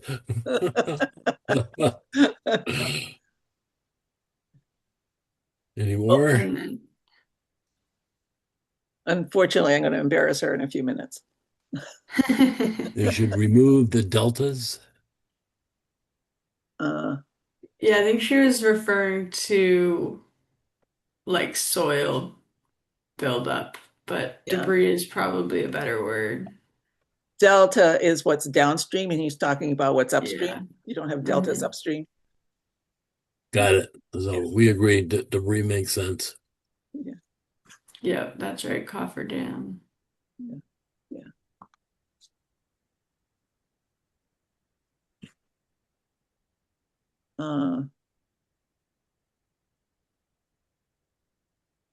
Yeah, That's that, yeah. Little things, but details are Yeah. important. Yeah, I think I agree. that's important. I didn't get to that. 13 pages this was. It was a I long will one. say,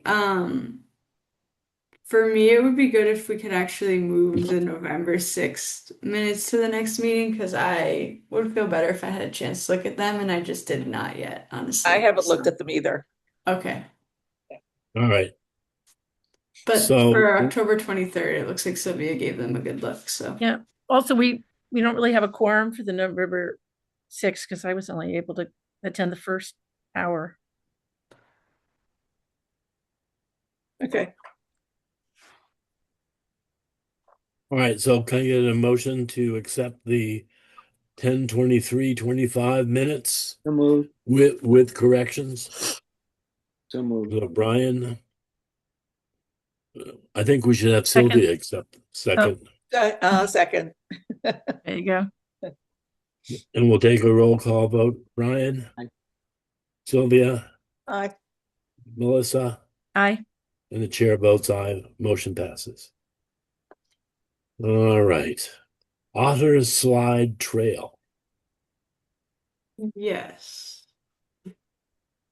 So at our last meeting about November 20th, the commission kind of had a long discussion about the beaver dams along the trail. Mhm. And it was requested that I kind of follow up on three things. So one of them was to coordinate with the state rep of Great Brook Farm, who's John Aziz. I did send him an email, but I actually haven't heard back yet. So I'll probably reach out again. And then the other was to coordinate with the Board of Health to talk about kind of the emergency certification process of possibly breaching a dam. And so I did talk to our health agent, and she did kind of emphasize that the Board of Health really doesn't love issuing these emergency orders, and that you have to make a good case that there's clear evidence that the beaver activity is an immediate threat to human health and safety. So that's just something to note. And then the third thing was to talk to Ryan, our town administrator, I think mostly about funding revenues for trying to manage the beavers. So I guess this is still kind of in the works, but I think my biggest takeaway from talking to everyone is that it's going to be really important for us to kind of nail down how urgently we need to handle the beavers and how much it's going to cost. So I did reach out to Beaver Solutions in hopes that they could attend a site visit and give us just like a cost estimate for what it would be to put in like a flow device in the dams that are currently there. And so if we go back to the when and the how much, the when would be, is it such an immediate threat that we need to breach the dam tomorrow, or can it wait until we get a flow device in and kind of fund that? And so that the how much part, I think there's a few different ways we could fund this effort. So if we wanted to plan ahead, so if it's not super urgent and we wanted to plan ahead, there's a possibility that we could submit a warrant article for the annual town meeting in the spring for funds to do beaver maintenance on this portion of the property to fund the beaver devices. It's also perhaps possible that there's funding in LSC's account since that is maintenance of conservation land. And again, those are like maintenance options, kind of long-term solutions and planning solutions to deal with the beaver dams. But if people think there's an immediate threat that we have to react to quickly, it would be not installation of these devices, it would probably be breaching of the dam. But that's, I think, for me, that the verge is still out on how urgent this is. Because obviously I'm newer to the town and I'm not sure if how significant the flooding has to be a hazard to the neighboring community. But so that's kind of my synopsis. I just threw a lot at you, so I'm happy to answer any questions or clarify, but I definitely ran through a lot of things there, so sorry about that. Well, I think the point is that we need more information so that we should move this forward to a future meeting. I think Or- so, but right now I'm going to be working on getting some kind of cost estimate for what it would look like for us to manage that area because the beavers aren't going to go away. You can trap them all you want, but they're going to come back, right? So there needs to be some kind of long-term solution, same as at the Cranberry Bog, like the plan that Sylvia made up at the Cranberry Bog. There needs to be a long-term solution so that we're not reacting to problems. We've planned ahead for it. And so that's why I think it's important to secure funding in some way, whether it's built into our budget or we have to ask for it at town meeting, or maybe there's grant possibilities. But I think it's important that we plan for that. But of course, if there's an immediate threat right now, then we have to react to it. So Well, that's kind of so where you're I going to work. get the expert to come in and decide whether or Yes. not it's immediate threat. I'm not sure if the rep from Beaver Solutions is going to be able to do that, but I'm surely gonna ask. Okay. Sylvia, go ahead. I have been out on a site visit in that area and up on the bog with a representative from Beaver Solutions or an allied entity. It's extremely educational, and I would encourage Megan to try to set something up for a site visit with them. They know a lot about beaver behavior and point things out that you might not necessarily notice on your own. Okay. I like that Yeah, idea. that's my hope. I'd love to. Yeah. Mhm. It's well worth it. Some of that is state land as well. And they've been partners in the past, and some of it's private, and they've been partners in the past. And the biggest issue I ever saw down there, down on the Otter Slide Trail, was when water was backing up practically to the backyards of the folks that live on Hart Farm Estates. And that is, definitely, a risk to human health and safety. It gets involved in the wells and their septic systems. But then there's the trails. So I'm a little confused. I don't know what sort of motion we should put out there at this time. I'm not sure if you necessarily need a motion.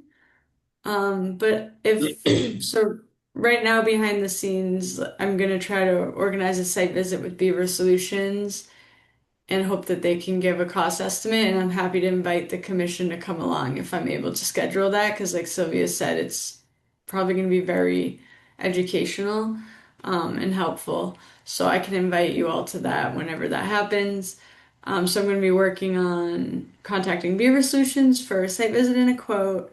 I'm going to keep trying to reach out to the state representative for Great Brook Farm, John Aziz, to see if we can have some kind of coordination since our land abuts each other and the trail goes through it.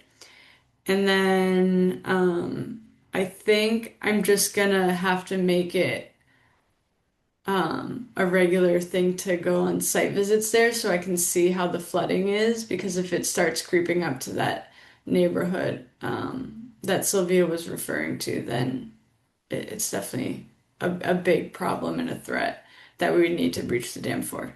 So those are in my mind right now, like my action plans I'm going to be executing offline. So if there's anything else you would like me to do before the next meeting, happy to do so. Trails Committee might be interested in going on a site visit like that too. Okay. Yes. We'll probably need our muck boots when we do go on that site visit because it's pretty flooded out right now, I think, on parts of the trail. I see Steve Can has I his say hand something up. about that? George, So I was out there yesterday. The flooding is in a totally different spot than it was in the past, where it was flooding out the neighbors' backyards. Oh, Okay. It's not under the Old Morse Road culvert. The biggest dam, you can almost see from Curb Street. You can see the flooding from Curb Street. There's about a 30-foot section of the trail that's flooded, where the stream has actually gone over the top of the trail and is going off into the woods. People have beat sort of a herd path around where it's flooded. So they pushed their way through the buckthorn and gone around it. The Trails Committee was going to plan to go out there Saturday and take a look and see if it's possible to reroute that part of the trail to higher ground so that people will be able to get around it. I have a picture if you want to see a picture, but sure. anyway, but it's not the same as it was in the past when it was threatening the septic systems. So Okay. from my observations, it's not an emergency situation like it was in the past. It's an That's inconvenience, but yeah. That's similar to what I had been thinking, but I wasn't sure enough because I didn't see what the flooding had looked like last time for it to impact the neighborhood. Right. So that makes me feel better because now I feel like maybe we can just plan to deal with it and have like an actual plan instead of just trying to react to something without thinking it through. well, Beaver Solutions also has the system that's at Greeno, and they have there's a culvert under Brook Street that has fencing around it to keep that open. So they're monitoring that, and I have more to say to you tomorrow about that, Megan. Okay. I could see them having something like that under the Maple Street Bridge, but that's for the town to decide whether they want to do that. Under the Maple Street Bridge? Oh, I agree. Okay, sorry. I mean, they've got a system that was set up there, but it isn't working right Yeah. now. So maybe a reevaluation of why isn't it working right. Okay. So should we include the Beaver Solutions visit to include both of these issues? Well, I mean, they're already monitoring the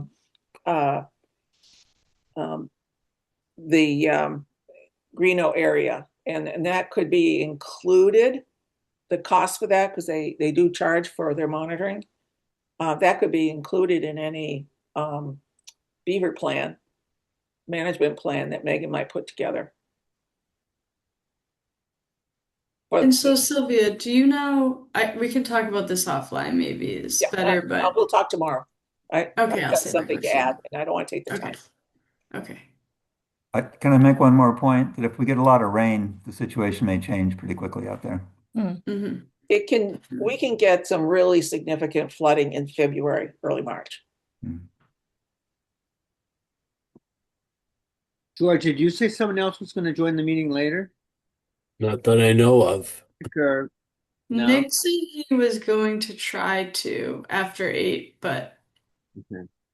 I'm not It's gonna, already 9:10.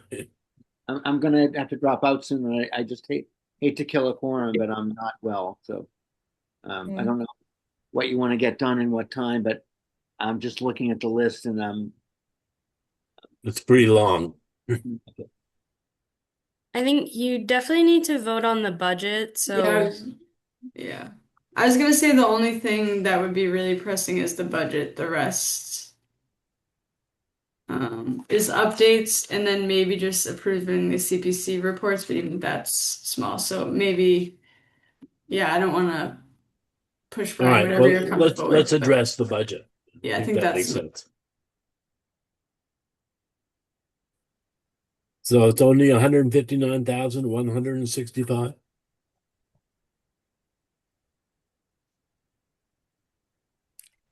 sorry, I'm blanking. Do we know? out. So I actually didn't change anything. I didn't change the commission or LSC's budget request from what was allocated last year. So it's pretty much the same. But I'm trying to pull it. Oh, someone else is okay. Thank you. I put it up, Megan. Thank you so much. You're welcome. So where is the LSC budget in this? It's the repair and maintenance line, the 43,945. So I kept that the same. The only thing that's changing is the salaries, but obviously that's not anything we have control over. So our overall budget at the end of the day will be lower. But everything non-salary related, I've requested the exact same. Okay, so I'm looking at the LSC proposed budget for 2027. It says 33,345. Yeah, so I put together a budget narrative that basically explained that although that was the number that they came up with, it's possible that because of the changeover of land steward responsibilities, that the cost could still be higher, and also given environmental factors of managing land like beavers. There could be unknown expenses at any time, so having that $10,000 buffer is probably good for us to have for now. Okay, I'll And agree with George, that. we used for LSC, we used the old numbers we had from the old mower, who's not mowing anymore. And we're just sort of praying that the new mower will charge the same rate. But Sylvie went over a budget, and some of it's just pie in the sky. You just don't know. Right. Yeah, that's right. No, I understand. Yeah, Especially when you don't. yeah, I wanted to see, there was very little in the budget for them that's nailed down. And so I think it's wise to do what Megan has done to give us some flexibility. Okay, I accept that. Yeah, the only other thing I'll mention is we were required to do a 1% budget reduction exercise, which for us was not much of a reduction. So this is just an exercise, so they can obviously do what they want. It wasn't supposed to be on the spreadsheet. It was just to show that if we had to reduce by 1%, where would we take it out of? And so for that, I mean, there really is only one place to take it out of, and it's LSC, because all of our other line items are like $500, $1,000. So we just had to cut almost $1,500. So, but again, that will be decided by FinCom. Wait a minute, $1,500. Yeah, Yeah, 1,600. 1,500. Okay. Yep, So yep. it's basically it's not that much. Right. So It's workable. What was that? Sorry. I was just saying it was workable. Yeah, I think so. So somewhere, I'm not sure where I'm finding it now. There was something about soil and water tests for FOSS, and I honestly think it'd be a mistake to spend money on that in the coming fiscal year. We went through that exercise last year, and I think that's enough. Yeah, I'm not sure. I didn't have that in my budget report, but it might have been in LSC's. It's in LSCs. Yeah, Yeah. it's an LSC. So I don't really want to approve that. Well, so yeah, so I think that could be something that in the future, if LSC wants to spend that money, of course they have to get a contractor and a quote. It would just have to go through the Conservation Commission. You know, if they got a cost estimate That's for that actually, service, they would propose it to the Conservation Commission and we would either approve it or deny it. And if we approve it, they do it. If we deny it, they can't do it. You take it up. as long as that's the Take that up. process, I'm perfectly happy if we have the option to say no. Last time, we weren't given that option. Last time I it think was if our money, it was Ryan approved it. Right. Ryan said that the way the charter is written, LSC can move money out of one line item into another and change the way they spend the money without our approval. And I'd like to suggest that we give some, how should we say, polite directive to LSC that if they want to move money from one line item to another, you need to come talk to us and get our yes. I think that's overly burdensome. Well, then let's take out the soil and water testing from the budget, But please. that's just your opinion. Well, I'm We can making a vote on it. recommendation. Why I'd don't like you- to hear what other people have to say. Why don't you make a motion then and we'll see if it passes. To take it out of the budget? Sure. Make a I motion. make a motion that we don't waste the money on soil and water testing at FOSS again this year. Well, let me just comment. You know, it was the soil and the water analysis was sort of a non-event because they couldn't test anything. They couldn't measure anything. So that's my No, understanding. they could measure it. It came out 0. Well, that's what I mean. It was below the threshold of their measurement. It was below the drinking water threshold, let alone agricultural water. Right. No, I understand. In other words, it tested pure, just like your well at home. If it You have came a out motion. Do you have a second? non-detectable, it would be. If you don't have a very- second, we don't need to spend time on this right now. Well, we don't have a second because we don't have enough people tonight. Have a quorum. Well, yeah, except that you'll vote against it because you have an agenda there. We don't know that at all. All right, okay. Don't have a second. Honestly, it's getting late, guys. Well, somehow I think we have an issue here. $2,200.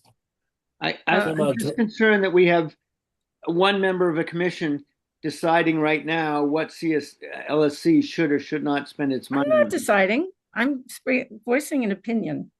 You made a motion. No, that's expressing an opinion. I didn't make a decision. You- Nobody's voted. There's no decision. You made a motion. Yeah, Right. I made Well, a motion. did anyone seconded the motion? Apparently not. Then I think we can move on.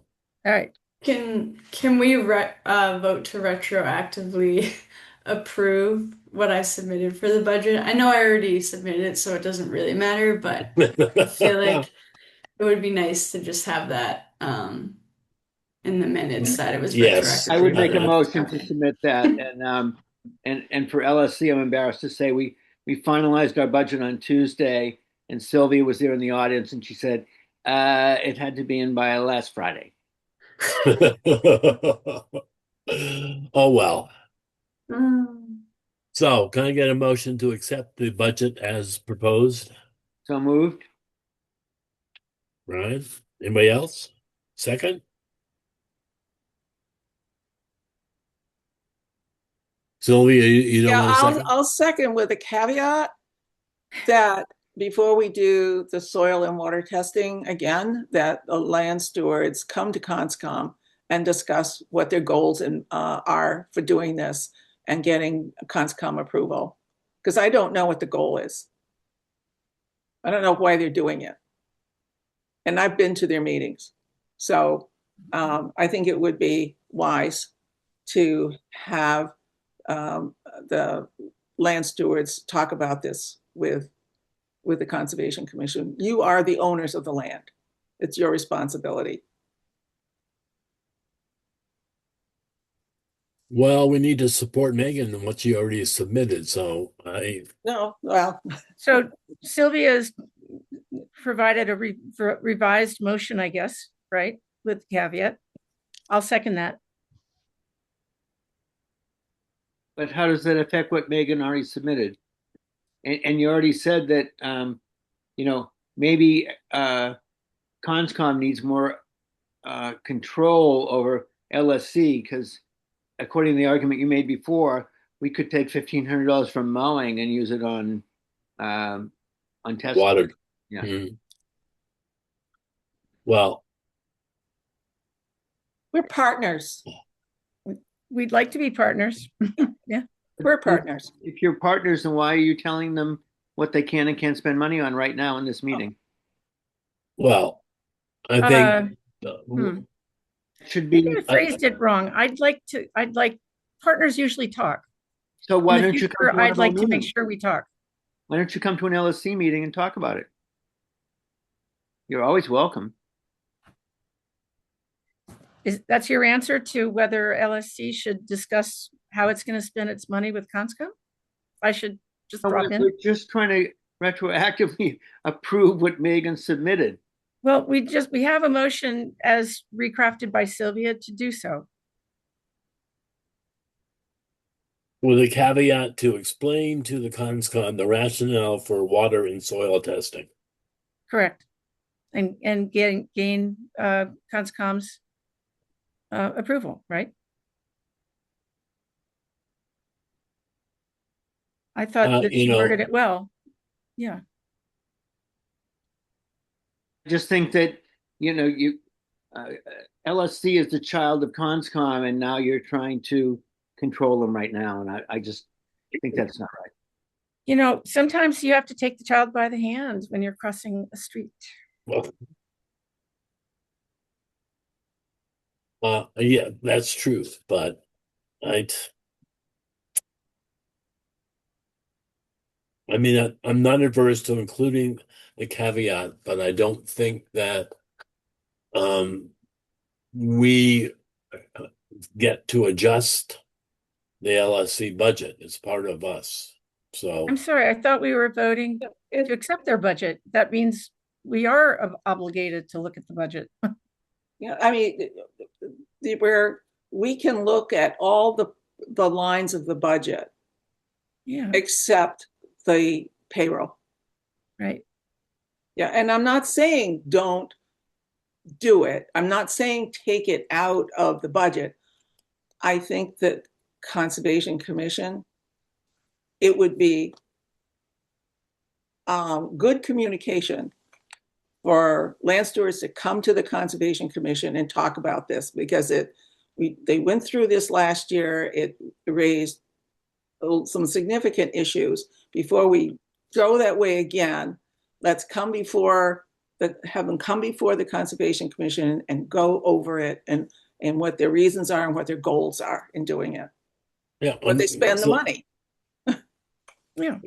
Well, we leave the budget as it is right now with the caveat that LSC will explain the rationale for the water and soil testing in FY27. But then you could cherry pick anything. That's correct. Yep. Well, yeah, we do. You're right. The budget will have been finalized, and perhaps you'll get to move it to a different line item. You have that capability, right? Right. You could use it for something else. Right. Exactly. But we just want to understand. We know what happened last year, and the question is, why are we doing it again? And I agree with that. First of all, last year, until last December, LSC had no authority. If you're talking about the money that was spent on water testing. Oh, I know. Ryan went and did it without us. I agree with you. I was surprised that happened. Well, it was concern, and it wasn't founded, but at least we made sure it wasn't founded. Yeah, all right. But shall we say that was water under the bridge? Right. Oh, sorry. No beavers intended. Okay. So can I get a motion to accept with the caveat that the rationale for the water and the soil testing is explained to the Conservation Commission? That's all. We're not going to play with your budget. Someone going to second? Second? Well, I can't make the motion as the chair. I don't think so. I need someone I to. will so move. Okay. second. So, and Melissa, second? Okay. Yep, Uh, thank you. We'll take a roll call vote. Phew. Then we can all go to bed. Melissa, Aye. Sylvia, Aye. Brian. Abstain. Oh, well, then it's moot then, right? No, We need to no revote. quorum. You need to revote to allow Megan to have retroactive of her budget. And guys, if you really want to change anything LSC did in the future, you can. But she already submitted it, and I think we just need to support her. Well, I'm not changing anything from the past. We're not changing, we're just asking that in future expense. Yeah, we're not talking about the adjusting the budget. budget, Brian. We're not adjusting the budget. Not at We're all. just demanding that before you spend any more money on water and soil testing, you come talk to us. That's all. It's I just don't see good why you'd wanna- communication. Yeah, it's just communication.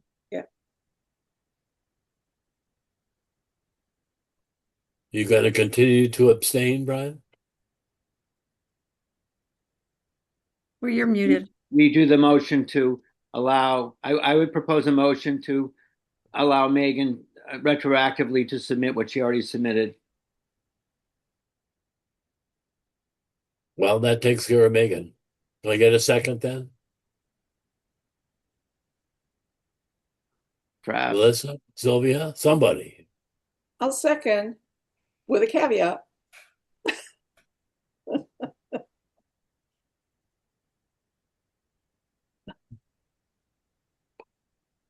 Well, Megan, I don't know if we can get to the end of this.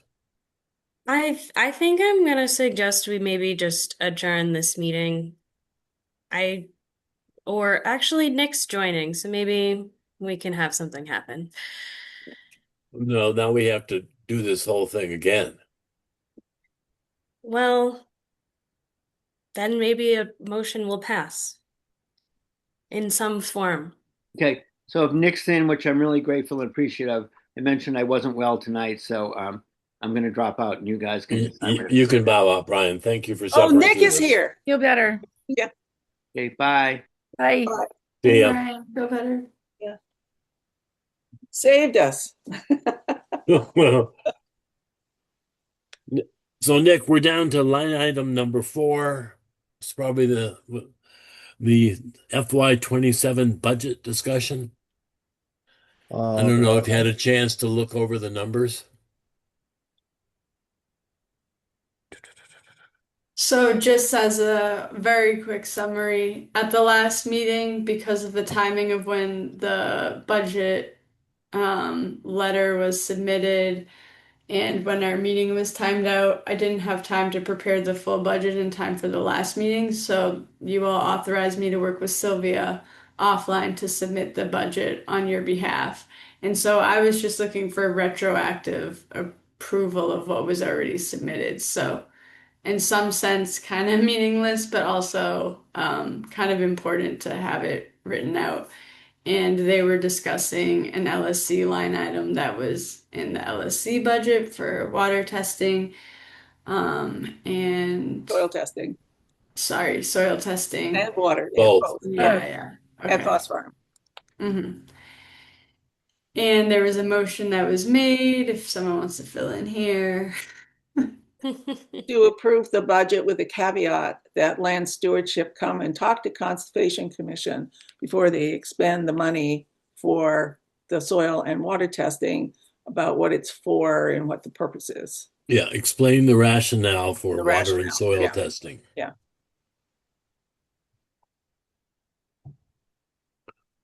Okay, Nick, what do you think? Sorry. Throw you into the fire.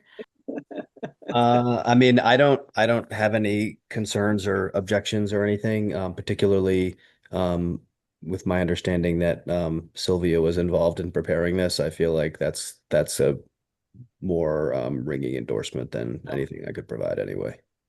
This is really, there was some water testing done last year, and it raised some really significant concerns back then. And so this is following on, they want to do a reduced process, but it involves soil testing this time, as well as some more limited water testing. And I think it would be a good idea for them, because of all the issues that came up the last time, to actually explain to the commission what their purpose is in doing this and what the goal is, and et cetera. And this is all at Foss Farm, by the way. I would just add, Nick, that when they did the water testing last time, the test came back squeaky clean. Right.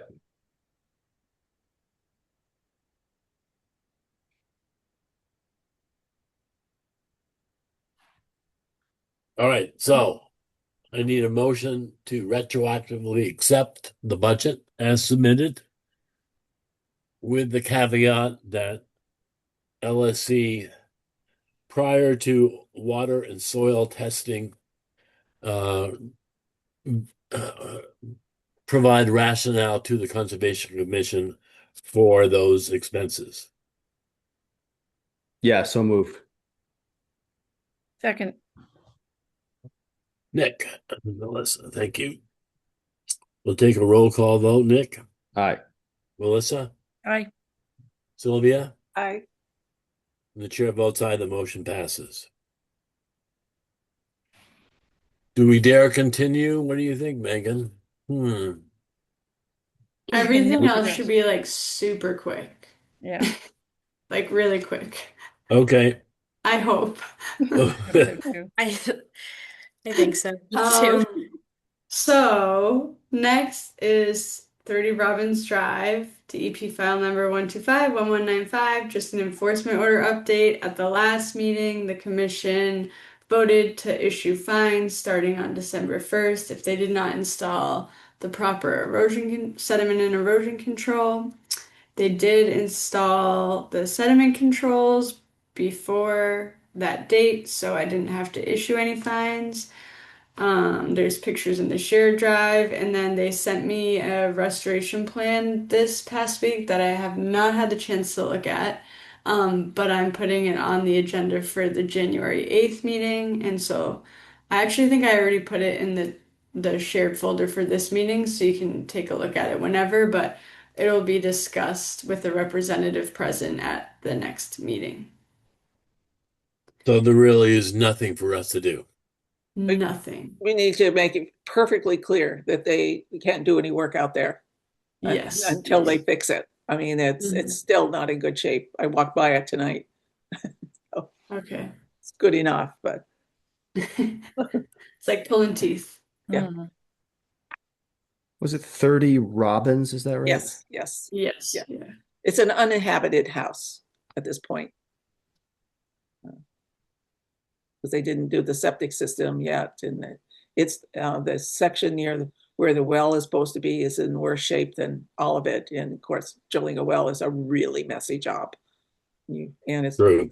just right at the buffer, right at the wetlands.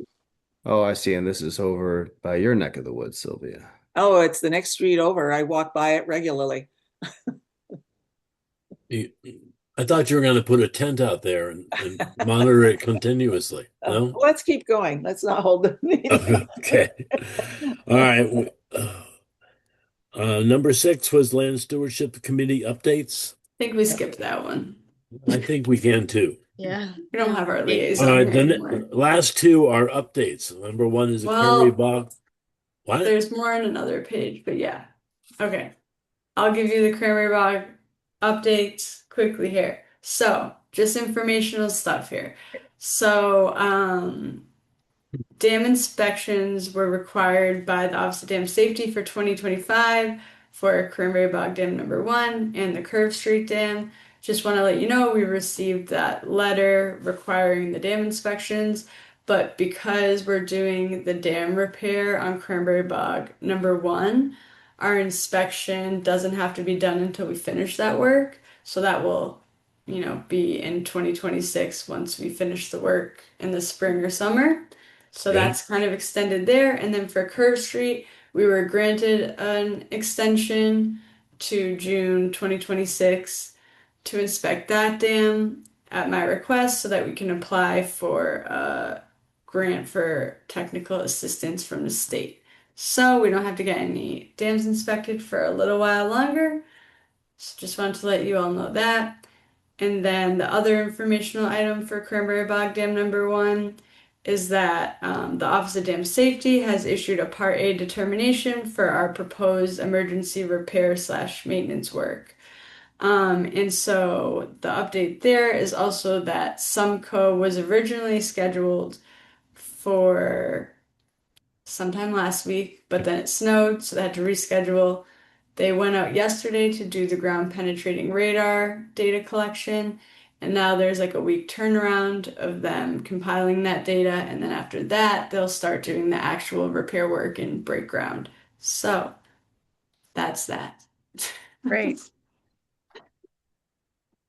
And I'll continue to keep you updated as things happen. I think on every agenda, I'm just going to put a Cranberry Bog update item because I know there'll always be something. So just be prepared for an update every meeting. Would you like me to move on to the next item? Yes, please. Okay, so our last item is CPC updates, which is kind of Sylvia's wheelhouse, but Noelle was able to draft these really, really nice reports that we're hoping to submit to CPC by the end of the year. And the reports give an update on all 4 of the projects that we currently have active that are CPC funded. So there's the H&H study at Cranberry Bog, H&H study at Greeno. There's the Cranberry Bog repair or restoration and the Greeno repair as well. So those are the 4. The reports were in the shared folder. Noelle did a great job putting those together for us. And then I think, Sylvia, when did you say the next CPC meeting is? Monday or Okay, Tuesday. Monday. Yes, Okay. Monday. Perfect. There's one thing that I think Noelle needs to edit on the Cranberry Bog Dam #1. You want to, I said I had something for her a little later. If you go down to step 3, remaining grant balance, you will see that after removing about $5,000 worth of expenses so far, she has added that. She added rather than subtracted. So we now have more in the grant than. Oh, that should say 295. Yeah, sorry. Right. Just a little embarrassing. Sorry about that. I missed it too. I'll fix that. I said I was a math major. And I believe the others were fine. The only other thing is on the Greeno Dam. Our grant award was $775,000. The repair was a little less than 600,000. So that left 179,000 and change. But we returned all that except for $50,000 back to CPC. And so I don't know why the balance on their books says that, but I'm going to the CPC meeting, obviously on Monday to make sure that they've got that. It may be just within their system. It didn't show for some reason, but they were pleased to get the extra money back. So, and we've asked. Was that like a town meeting motion? No, it doesn't need to be. They can just accept it back. Okay, so I was just looking through like what we had in our files, so I must have just missed. Yeah. The good thing to do would be to check with Kelly and see if she's got it, and I'll talk about it at the CPC meeting on Monday. But I mean, they're well aware with it that we turned back all but 50,000, and that is just to do the modification of the spillway. Once the H&H study gets over, everything is fine. And by the way, I got my H&H, all my data that I took from the Maple Street Bridge and Greeno Dam done and submitted to Megan today. Oh, good. It wasn't the job I really would have wanted to have done. If I'd been asked to do it during the summer, I could have done a better job, but I did what I could do and provide Christmas presents at the same time for my grandchildren. Thank you, Sylvia. So, Noel, when are you going to submit that? Is that tomorrow? Or has it been submitted already? Well, I'm gonna edit them to make sure Right. everything is correct, and then I think we can send them tomorrow. Okay. Yeah, I think we're Monday, and Yeah. I think when you send them, you can obviously send them to CPC, probably to Barney, and then CC Sylvia, since she's our liaison, and she'll be the one probably presenting this at the CPC meeting. Or I don't know how it works, but that's Yeah. I'm guessing you'll be doing some kind of report. So it'd be good to tie you into that. And thank you very much for putting it together, Noel. I really hated to find something on there to change. No problem. Process is new to me, so it's Yeah. all like good to learn everything. And I wasn't involved in the H&H study part either last year. I was gonzo by then. So All right. So, Megan, I think that does everything, correct? I think so, unless you have another topic not reasonably anticipated. Never mind. I hope So, not. can I get a motion to close this session, please? So moved. Second. Melissa and Nick. We'll take a roll call vote. Melissa, Aye. Nick, Aye. Sylvia, hi. and the chair votes aye. The motion passes. Thank you all. Merry Christmas. Thank Good you. night, everybody. Happy New Year too.